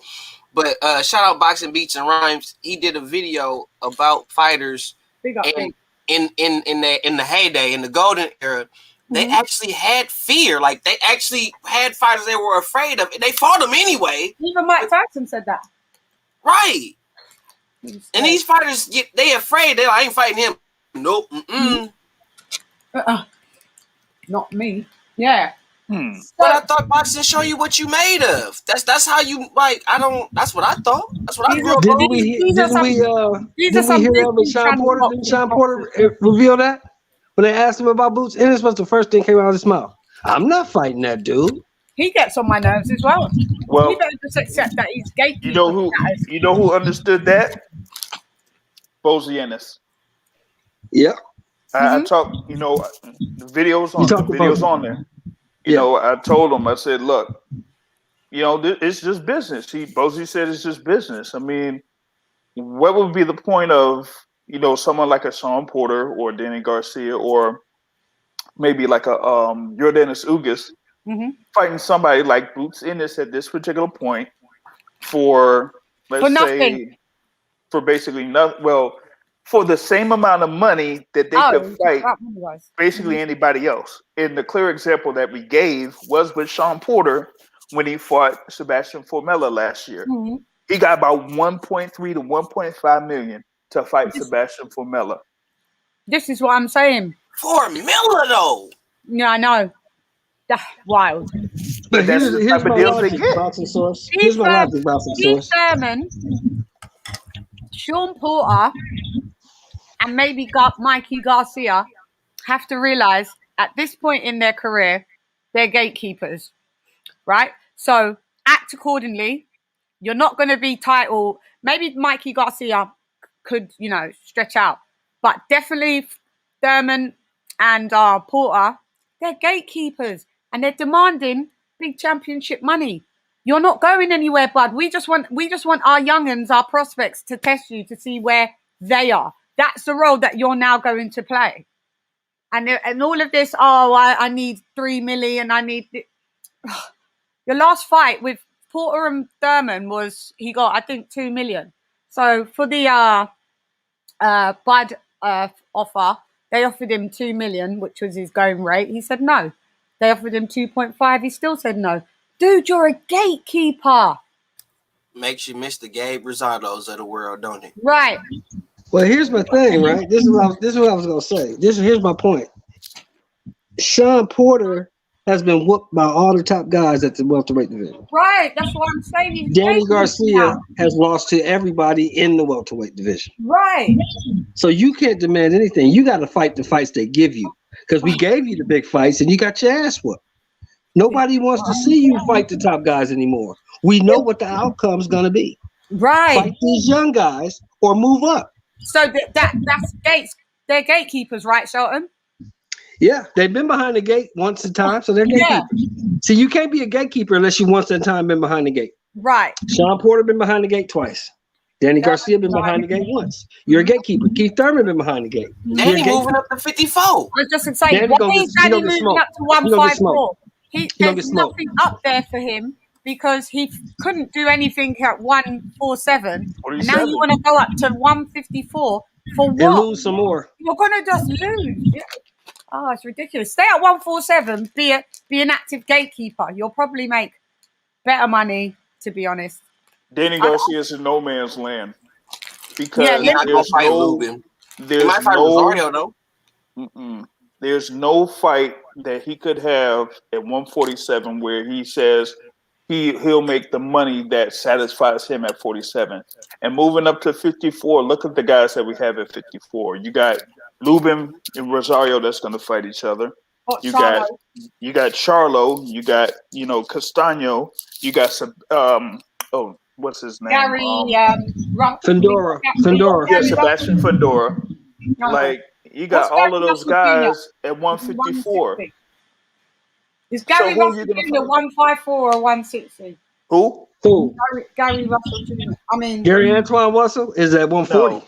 no, Gary Antoine is 140. no, the one that fought Charlo. I don't know if it was the older Charlo, and then he beat Charlo, and then in the rematch, Charlo beat him. You Who's talking that? about Tony Harrison? Tony Harrison's at 154. That's Tony Harrison. Tony Harrison. That's it. So No fight. He ain't that good anyway. He might, in my opinion, maybe Danny Garcia can have a Tony Harrison fight. He can't beat any of those guys. He can't beat any of those guys. Even Harrison, you don't think so? no, He can't beat anybody at can't beat 154. can't beat anybody. He can't beat nobody at 147. How you gonna beat him at 54? Yeah, Because he don't want to be a gatekeeper, so he want to look like he moving up and doing something. Yeah, And then when you got all these regular, super, intermediate, interim belts, you can easily move up and grab one of them and fight some C-level opposition that we don't know shit about at 154 pounds. And then he wins some weak-ass interim belt. Now he can say he likes some 3-division champion. It ain't like he's gonna fight who is it, like a Michel Soro or like freaking he's not gonna fight a Terrell Gausha. No one's gonna be interested in him fighting Terrell Gausha. No one's going to be interested in him, period. Is Tszyu at 54? Is Tim Tszyu at 54? Yes, he is. Yes, sir. He's up there. Wrong move for him, Garcia. Wrong move. Tim Tszyu probably beats him up. Yeah, Beat but I mean, shit out of him. if they got the money and they could send Danny Garcia over to Australia, then hey, if he wants to take that money. Oh yeah, I'll take it. He'll take it because he ain't got no money at 47. He ain't making nothing at 47. He can't beat none of the Americans at 54. Who's he? That's the only guy left. Fight that guy. See what you do. What weight cut? What weight division hasn't got problems? Would you say, guys? But as far as like making Just fights, making fights. Just not too geez, many. you have to go all the way down to, You've got to go to the little guys, isn't it? 122. That's what I was gonna say. 122 and 118. That's how far you got to go down. Imagine that. That's it. Now, If you really, Only thing is, hey, you just fucked me up again, Source. If you really want to see like fighters fight whoever, you really got to go down in weight. I was going to say 122 as well. Mm-hmm. but to go down that far, that's crazy. Wow. But don't let any of the divisions start getting popular, because then it's gonna be the same shit. Yeah. Like even at 118, like you're pretty much close to having undisputed at bantamweight because you got Inoue as 2-belt world champion, and now you're gonna have Donaire against Casemiro. So the winner of that fight going up against Inoue, you got undisputed. You know, like how easy is that? But you can't get that in any other weight class above them. And who was the guy that came through and the oldest super bantam? He just got a title. Nonito Donaire. That's it. Oh, that's at 118. Is that at 118? Yep. Oh, shit. I thought that was that. And the female boxing, you gonna get some undisputed. And Lady Chan, just the fact that you Lady Chan. Now, what do you think about? And I asked Source this question, and he basically answered it. It was business, but I'm gonna ask you: out of all the sport of boxing, you only have 4 undisputed champions, and out of them 4 undisputed champions, 3 of them are females. One being Clarissa Shields. Yes, ma'am. So, what's your take on that? And out of all the shit we talking about these fighters, we only got 4 people that are at the pinnacle of the sport right now, and out of them 4, 3 of them are women. Shields, Taylor, and McCaskill. That's crazy. Oh, those are the 3 women. Yep. Katie Taylor, Jessica Clarissa Shields, and Jessica. Is it Jessica McCaskill. And Josh Taylor is the only male. Yeah, and then you've got 1 undisputed female, Clarissa Shields, that has to go to MMA to make any money. That's a joke. You got Katie Taylor, good boxer, but she's like the little golden child over here. I want to see her. I don't know. I want to see her fight maybe 3 times again. Another time again. I want to see her fight Tasha Jonas, and the Catskill. When's the last time I saw her fight? The other day, didn't she fight? Did she fight Breakhouse? Yeah, that was her last fight. Was against Brooks. Yeah, and she lost, man. And then we got Josh Taylor. That means it just shows you that the infrastructure in boxing needs to be assessed and rebuilt. It's pathetic. And Let me ask this question. Do we think that Clarissa Shields should come back to boxing? I don't think so. I think she needs to stay where she's at if she wants to make some money. If she wants to make solely money, then stay where she's at. But if she really has a passion for the boxing, then yeah. Can she not fleet in between the two? No? She said, and I quote, she not giving up her belts because she don't want to see none of them other BITCH with them. So she keeping her straps. And I want to see you fight motherfucker Savannah Marshall. And if you ain't fight Savannah Marshall, shut your ass the fuck up. That's the only fight she should come back for. Fourth, yeah. Any other fight, don't come back for it because what she's doing now in MMA, you can't straddle the fence. You got to be all fully MMA or get out. Because in MMA, you probably going to wind up getting hurt if you ain't prepared. Well, Eddie Hearn said he's going to try and make the Savannah Marshall fight for her because Savannah Marshall's got a fight in July, and then he said possibly December that fight can happen. Shields Marshall. Yeah. I say fight Marshall, retire. You don't have nothing to really prove. It's not a lot of female fighters in boxing. Yeah, and I think she should go to MMA and kill the game. Yeah, she's already done anything that she could basically do from 154 to 160 to 168. There's nothing else for her to, basically prove out there in boxing. Right. So just go to MMA, be there full time, and just continue your career that way. As a fighter, I mean, you ain't finna see no female heavyweights. It's just no. Women do not like to gain weight. It's not happening. Not like that. Anyway, yeah. It's not. No. If it's the game, it's gonna be in the right places. What's her name? Alejandra Jimenez, who was like a heavyweight before going down to super middleweight. Yeah. Savannah Marshall fought at light heavy. But here's the thing. And while she's over there in MMA world, stay away from Nunez. Kayla Harrison and Nunez. I tried to at least. She might fight them though. Clarissa Shields might fight them though. I hope not Nunez. Nunez will kill her. Yeah.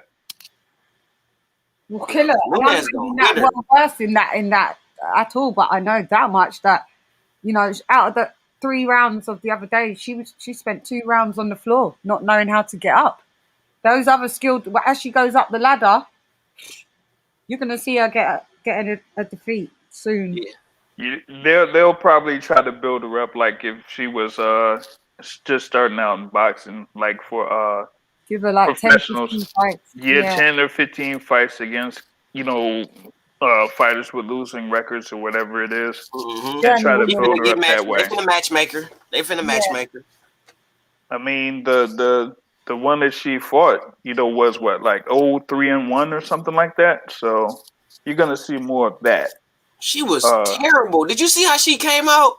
Her fight stance. I was like, what the fuck, Chris finna beat shit out this bitch. Yeah. I didn't see how she came out. Yep. Well, I watched the fight. What do you mean? Came out to the cage or came Yeah, out? keep her away from Nunez till Nunez retires, and keep her away from Kayla Harrison. Don't let her go nowhere near her. Well, as long as she in PFL, she all right. As long as she No, don't go to that's what I'm like saying. Bellator or Kayla UFC. Harrison's in PFL. That's what I'm saying. Stay away from her. Don't fuck with her. I don't know, dog. Yeah, so that's the only undisputed four. Kayla Harrison is a 2-time Olympic gold medalist in judo. Oh yeah, you said that. Kayla Harrison is a big girl. Damn. And Kayla Harrison is pissed off because she's over there. Keep her away from her for at least 2 years. They'll have no fury. Yeah. Because if Kayla grabs her, it ain't going to be like that shit that we saw the other night. Yeah. If Kayla get on the ground, it's going to be ugly quick. How old's Kayla, Shell? 26. Ooh. She's young, yeah. Yeah, keep her away from her.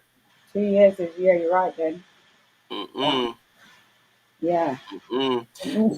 Hey, I wouldn't be surprised. Wait, Kelly Harrison is what? How old? 26. 26, 27. Is she? Yeah. 30. Hey, do you It don't think... matter. Yes. It don't matter. Keep her away. Boxing source, please keep her away. Yeah. Hey, but I wouldn't be. I'm digressing. I wouldn't be surprised if Tank versus Mario Barrios wouldn't be like Maidana and Adrian Broner. Ooh. I wouldn't be surprised. That's how I see it. That's how I see it. Mm-hmm. That's how I see it. I'm just looking in the chat and I'm just like, that's some real shit. Like I wouldn't be surprised if it's like that.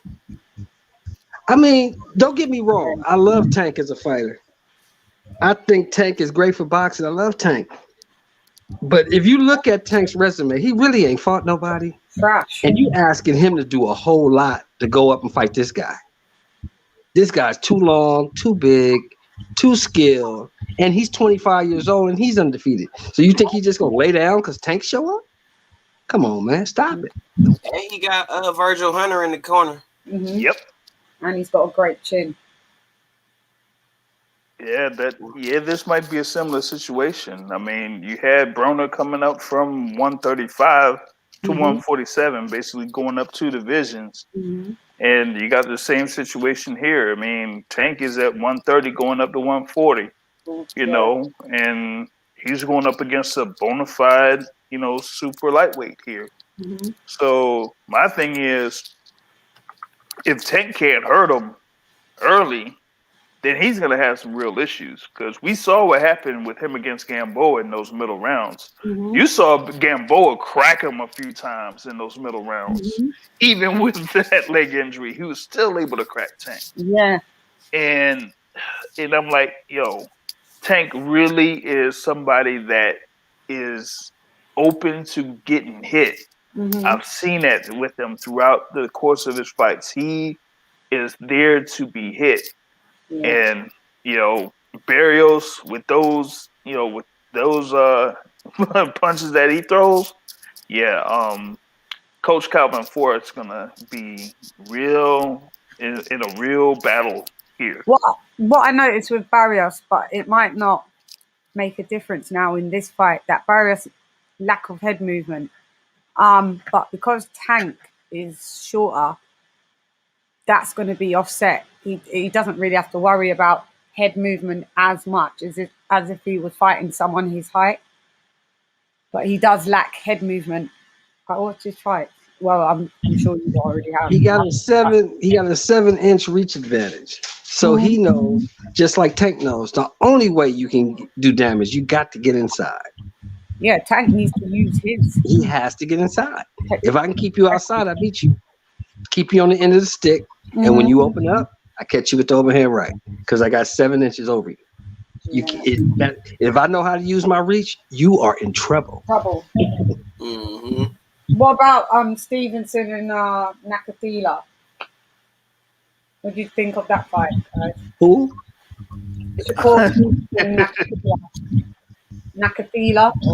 Oh, the guy he Shakur fought. Stevenson and Nakathila. The guy just fought. Yeah, I'm not impressed by Shakur. That was a boring ass fight. That was a boring fight. I don't care what anybody says. I love Shakur. He's a great young talent, but that fight was boring as shit. Bad, wasn't it? That fight was terrible. That fight was boring as hell. It was. And So it's like Charles Barkley. It's terrible, very terrible, man. Terrible, I'm sorry, very Kenny. very terrible. Listen, Very Kenny, terrible. it was a terrible fight. Okay, Kenny? Yeah. It was. terrible. He It was should have. terrible. Everybody on the panel can agree. Shakur Stevenson should have took the fight to him. yes. Yeah, he said he he should've. felt right, and he said it hurt.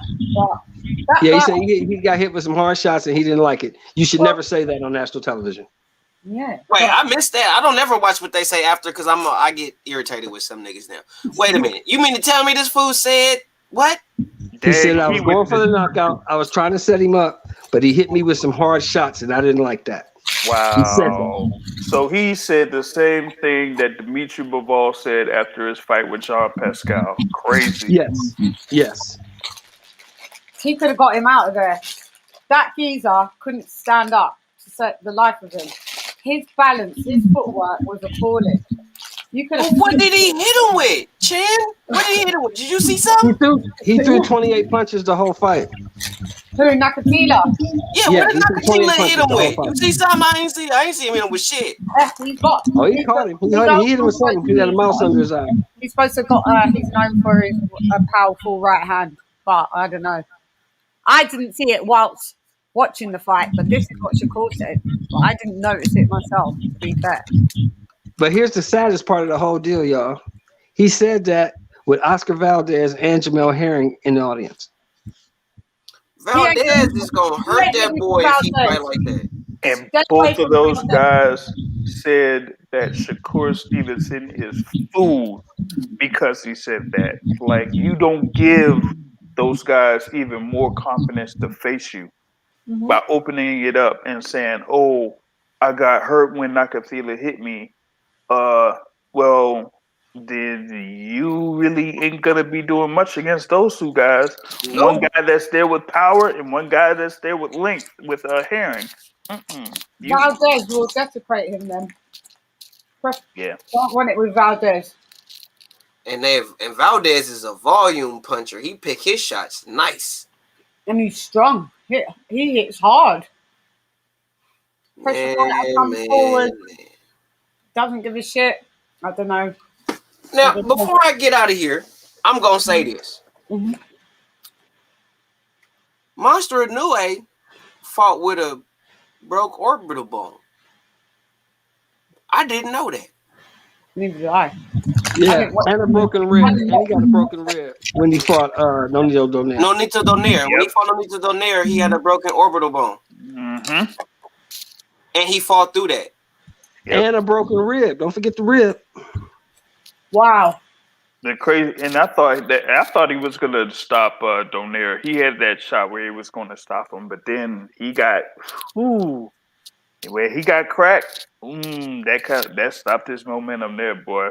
What I'm saying, some people's pain thresholds are just different. Billy Joe Saunders couldn't go any further. He couldn't take no more. Dubois, at least he did another 8 rounds after getting that injury. Crazy. That's why your boy's in trouble on the 26th, Saturday night. I'm calling that one too. Who? Which one? Lomachenko ain't making it out of that fight, yo. What? With Nakatani. I don't know. I mean, I hear what you're saying, but I think Loma want it though right now. Loma you got a is gonna hungry get Loma right now. Loma is gonna get beat up and stopped. Wow. It's a bold statement, dog.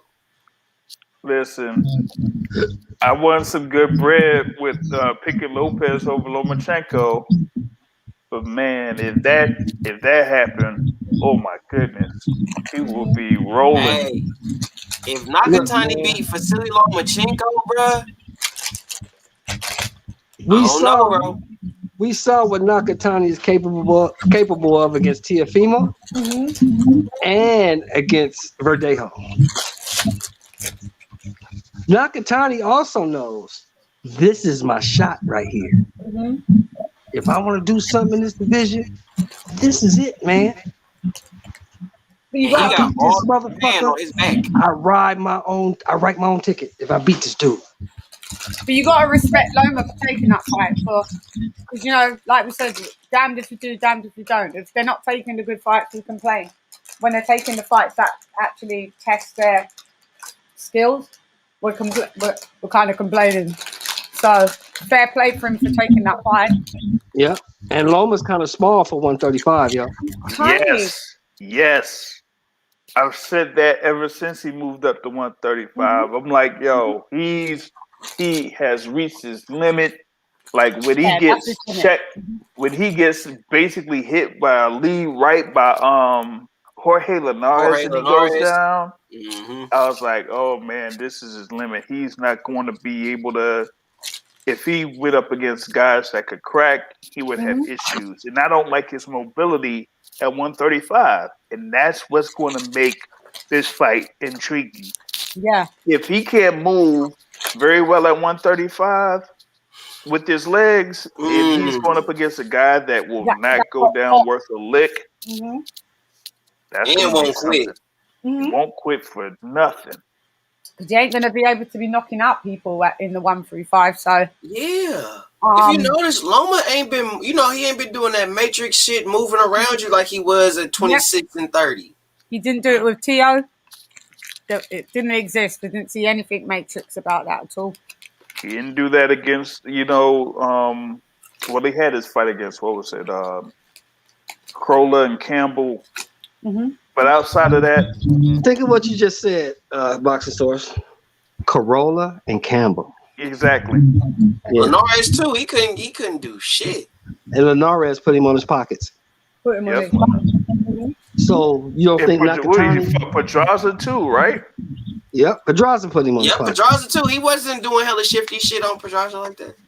So you think Nakatani ain't just gonna bully him and maul him? He could get dropped. Don't mean he's gonna bully him and maul him. If I'm Nakatani, that's what I'm doing. I'm coming straight at him and I'm gonna bully him and I'm gonna maul him. Yeah, this is going to be an interesting one for sure. And then quickly, just before you wrap, you got Joe Joyce and Carlos Takam on the same day as Fury and Wilder. And you know what? They do Joe Joyce dirty. LC, you over there, right? Why they do that man like that over there, man? Why they do Joe Joyce like that? Frank Warren's stables. That's what it is. Frank Warren's. He needs to bow out now. That ain't make no sense. Him and Bob. It's all time to go. They should have put him on. They should have put that on the undercard of Fury and Wilder. It really don't matter though, y'all. Joe Joyce gonna beat the dog shit out of him. This is what's so interesting because Takam and Joe Joyce have got a similar style. They're brawlers. They come straight forward. I don't know, but Joe Joyce is an Olympian. He can slyly fight on the back foot, but that's not his style.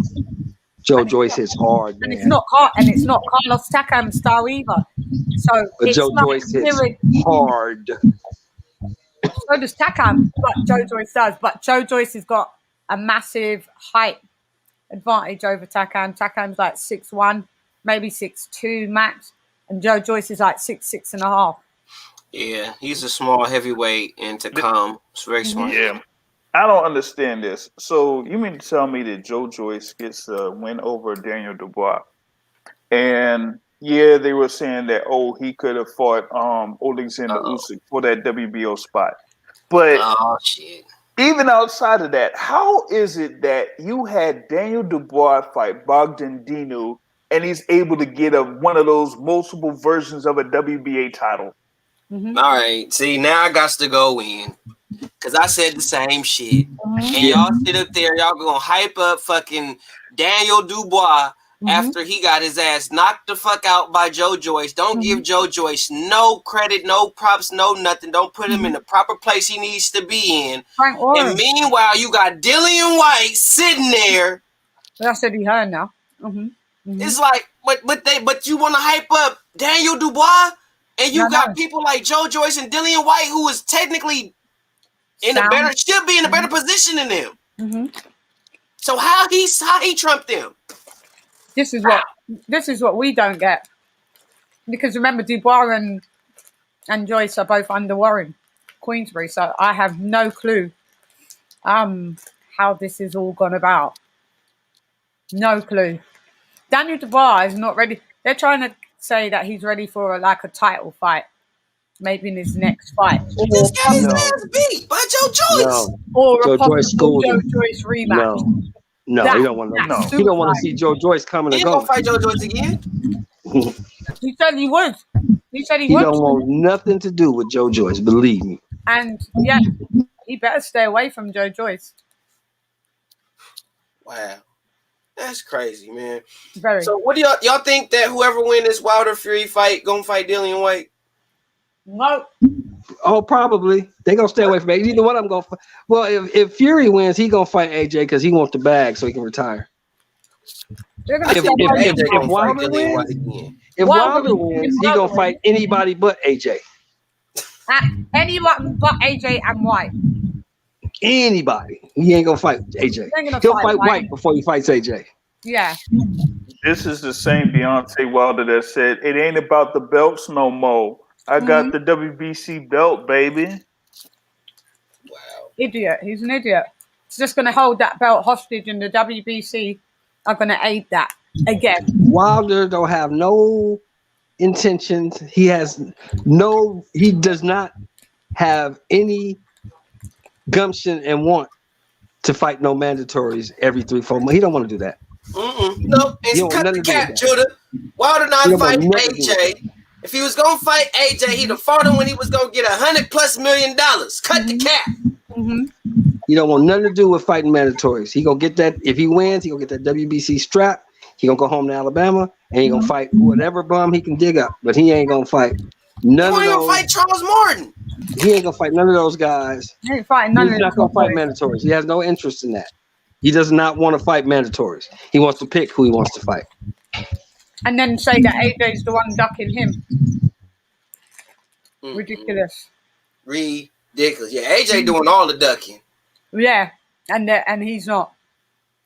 Ridiculous. It's You're right, amazing boom.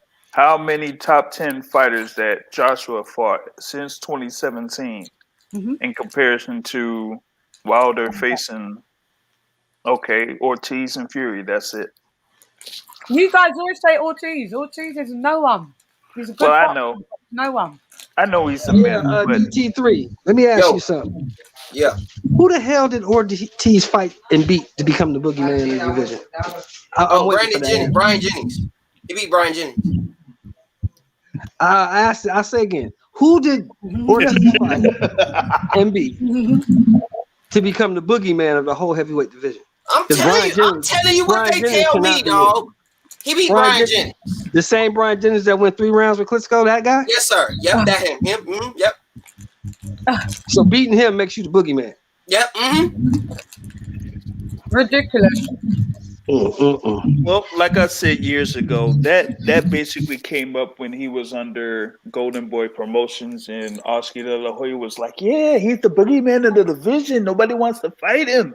But he had his opportunity when the WBA tried their little BS, right?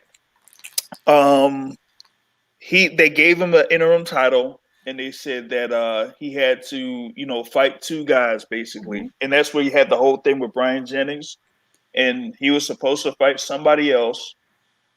He didn't fight him. He ended up fighting Tony Thompson, and they ended up stripping him of that interim title because he didn't make that fight with Alexander Dimitrenko, one of those Alexander guys. I keep forgetting it. And because of him not doing that, he blew his shot to either fight Vladimir Klitschko or Anthony Joshua. That's number one. Then, number two, he didn't even want to wait for the winner of Joshua Klitschko because before, well, what was it? So he got January 2017, right? He goes ahead and signs with Al Heyman. And this is after his fight that he had against Dave Allen in the Joshua versus Molina fight card that last year. He goes ahead and signs with Al Heyman. They set up a fight for him, which he didn't end up fighting. And that's how he ended up getting in the whole thing with Deontay Wilder. Yeah. But for some reason, everyone wants to say he's the boogeyman of the division when he basically has got his way out of fights. He's tested positive for, substances and all of that. And yet he's the boogeyman. Nah, I don't buy it. All he had to do was wait because he was mandatory WBA for AJ. But I can't remember why he got bored or something, and then that's how he got into Deontay Wilder 1.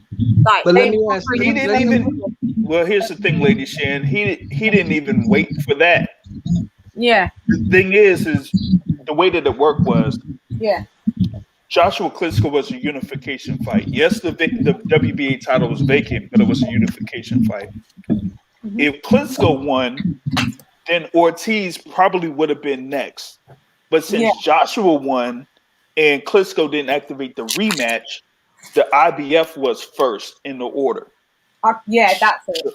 So it would have been Joshua against the IBF mandatory and then the WBA mandatory. Yeah. Yeah. But Ortiz didn't even wait for that. He left before that fight between Joshua and Klitschko took place. So he didn't really want to have that fight. And the thing is, Eddie Hearn was saying when Ortiz fought, I don't know if it was Malik Scott or somebody. It was before before Ortiz fought Dave Allen.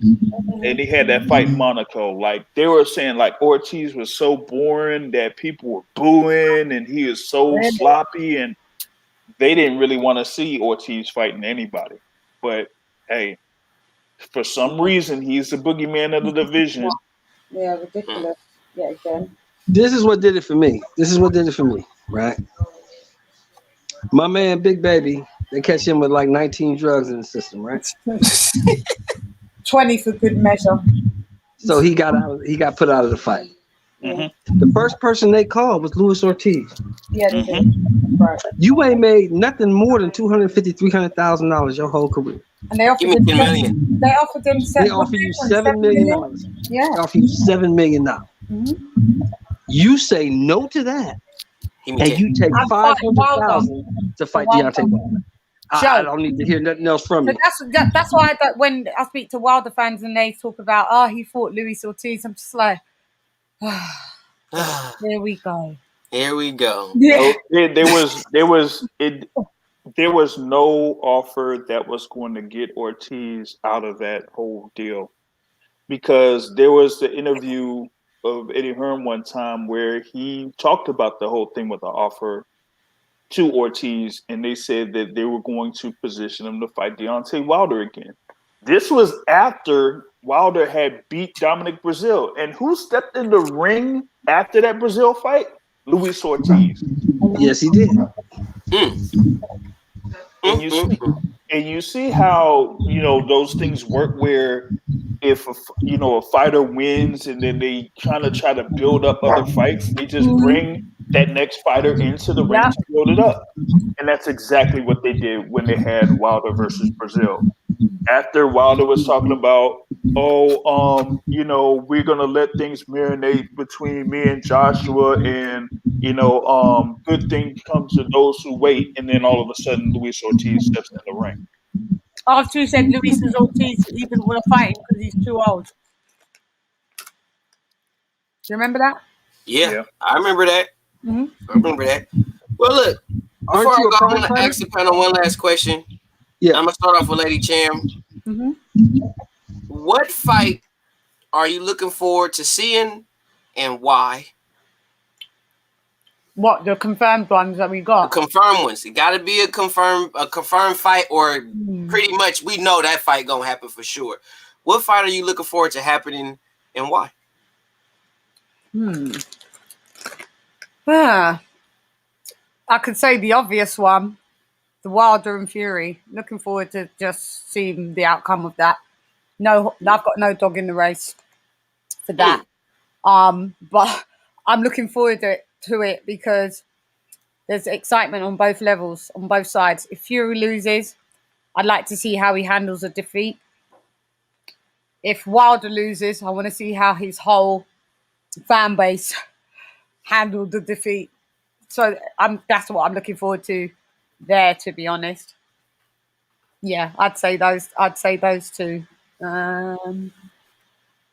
I don't know if is Choc and Estrada going to fight again. I'd look forward to seeing that if they get that together as a trilogy. That'd be something. I know there was whispering about that, doing that again. So, but yeah, I'll just say the two big boys. Got you. Sheldon, what fight are you looking forward to seeing that's actually going to happen, and why? Well, the fight I'm going to Saturday night, I'm looking forward to that. Why? Because I'm gonna be there. Because I want to see if Tank can pull it off. I really want to see if he can pull it off, if he is what they say he is. Because I don't think he is. But we gonna find out Saturday night.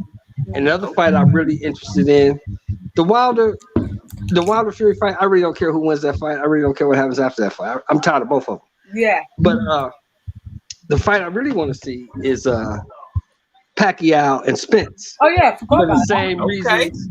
Okay. For the same reasons Lady Chan said. If Pacquiao wins, what is the narrative gonna be? Forgot about that. Forgot about that fight. Good one. Good one. I like that. I like that. Yeah, I like that. Yeah. Source, before we get out of here, what fight you want to see that we know is gonna happen and why? Pacquiao and Spence. I want to see where Pacquiao is at this particular point of his career. 42 years old. He had his performance, going to 43. He had his performance against Keith Thurman, but that was 2 years ago. Errol Spence, had his fight against Danny Garcia. It was pretty much a cruise. He pretty much was in cruise control against Danny Garcia. Garcia really didn't do much to, make that fight any closer than it probably could have been. So I'm looking forward to that fight the most. Outside of that, maybe the fight ain't happening until September. Brandon Figueroa versus Stephen Fulton. I want to see that fight, especially with Figueroa getting his win. I picked against him in his previous fight, but Stephen Fulton, I've seen Stephen Fulton in the gym over in Philly. He's been putting in work, regardless of if he was going to have a fight in the interim or not. He's been in the gym that whole time, so he's definitely going to be ready for that particular fight. I'm not looking forward to Wilder versus Fury. I did put a bet on the line for Fury to win, so he better win. Because if he doesn't, I'm gonna be the laughing stock. You'll be out of money. No, I won't be out of money. I'll be out of some money, but some money. But the thing is, I have to put that money towards something that. Oh my God! Yeah, I feel you. I feel you. Well, the fight I'm looking forward to Casemiro and Donaire.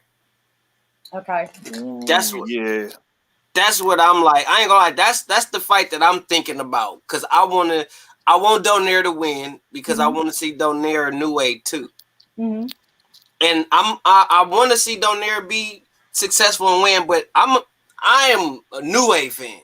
Like I think New Way is gonna do some things in the sport. I think he's gonna catapult the sport in a different way, in a better way, and he's also going to catapult the Japanese culture in the sport of boxing, because the Japanese culture don't get no respect like they should in the sport of boxing for being really having a lot of heart in their fights. Like who was the dude that fought Soto? Who fought Source? Who was his name? What's his name? He fought Soto the other day.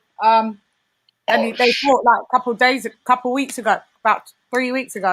Yeah, he fought Soto, that Japanese dude that moved up in weight, and he was multiple, like 5, 6, 7 time champion, some shit. Yeah. Oh, Sovakowski. Takayama. No. Yes, bro. Dude, he was getting caught with some hot shit. That's not who you fought the other day. I remember that fight. Yeah, Soto fight. Yeah, he was catching them clean. He was catching that Japanese boy, with some hot shit. The last fight Soto fought, wasn't it of Sovakowski? Or no, he fought it wasn't Soto. That was on the Canelo Saunders. That was on Canelo Saunders card. Yeah. Yes. Who was the dude that he was fighting? Soto Takayama. It was a Japanese fight. It was the older dude. Yeah, that's the fight that he's talking about. Yo, Takayama. So Sovakowski was Adeyeye heavyweight. Sovakowski Adeyeye. Yeah. It was a hell of a fight, bro. It was a good fight. It was a hell of a fight, bro. And even after the refs tried to stop it, he up here doing his thug thing, throwing punches like I can still go. Yep. I was like, bruh. Yeah. Shout out to Japan. You know what I mean? But I mean they don't get they just due. Mm-hmm. And me and I hope we get to like push it because me and H Money got this thing going on with and I know it's gonna be hard, but I'm gonna try to keep it short because I do gotta go. But we got this thing going with Monster Inoue versus what's the guy that fought Chocolatito? Estrada. Mm-hmm. And H Money got Estrada. Shout out H Money Boxing, but H Money is gonna say Estrada could beat Monster Inoue. I said, nigga, you crazy. No. Sorry. Where's Estrada at 118 or 122? 22, I think. 22. Yeah, and Inoue's coming after he cleaned up 18. He's coming to 22. He ain't got no choice. Wait, Estrada's at 15 though. No. I thought he was at 22. No, Estrada's at 15. Really? No, he's not. Yeah, Fulton's at 22. Fulton and Figueroa are at 22. That's right. Estrada and Chocolatito are at 15, 115 pounds. That's right. Mm-hmm. Wow. Even smaller. Yeah. And Estrada and H Money said Estrada could beat Monster Inoue. I was like, how? Where? No, he can't. No, he can't. Oh, but on that point though, there were people that were saying with Inoue building himself up at 115, but he didn't face those guys like the Estradas, the Chocolatitos, the Sorung Versailles. He didn't have any of those fights. So, a fight between Estrada and Inoue, oh yeah. And those guys are top 10 pound for pound too. Yep. Mm-hmm. I would pay to see that shit. I will pay. Hey, boxing gods of the world, I will pay good money to see that shit. I will. And shout out to whatever production company or network that want to have it for free. Appreciate you. God bless you. But I want to send a special shout out to Box Source. Thank you for sliding through, man. Appreciate you, man, coming through with your boys, spending some time with me. You know, I kind of got to clean it up for you a little bit. I don't be trying to be too ignorant because I be wanting to let you talk. I know you're a little more soft-spoken than I am. So I wanted to keep it kind of fair. You know what I'm saying? Shout out to my boy Shell. He can't go all in. He'd be like, yeah, motherfucker. I mean, goddamn, man. You know what? You little bitch, man. I love ET3, the Boom Man. My God. Thank you for having me, brother. Pleasure as always. Yeah, I appreciate you. And always a pleasure, bro, to have you. You're more than welcome to come on anytime. I didn't know if it was you because some dudes be trying to be hiding behind the scenes and be having porn and shit. I be having to watch motherfuckers and shit. But I see you, baby. I see you. And you know what I'm saying? Shout out to my girl Elsie, the Queen Lady Chan. Shout out to my girl. You know what I'm saying? I get lit with you though. I can get lit with you because we can talk some shit. We do. We the same energy. Don't fuck with us. Right. You know what I'm saying? So keep making the music, man. Yeah, I will do. I'll be going back into the studio at some point, I think, next week. So I shall be taking up a lot of my time. But yeah, it's two things I love. And thanks a lot for having me on your panel. Man, it's all, man. You're more than welcome to come anytime. Don't be no stranger. I just know that when I go live sometimes, I know it's like dark or early in the fucking morning and shit. So yeah, 6 a.m. here now. I get it. And I appreciate you coming through, even though it's fucking probably 5 in the fucking morning or some late night shit. So 6. yeah, man. Appreciate you for coming through. Get Oh you my some God. sleep. Yo ass don't. Get I some think you sleep, don't never champ. sleep, Elsie. I don't sleep. I know. I sleep when I do. It's at the wrong times. See. Yeah, I But know. hey, if you haven't subscribed, go subscribe to the Boxer Source, and you gotta subscribe to Lady Chat and Dum Dum Caesar. Ra ra ra ra ra. Holla at your boy. We out.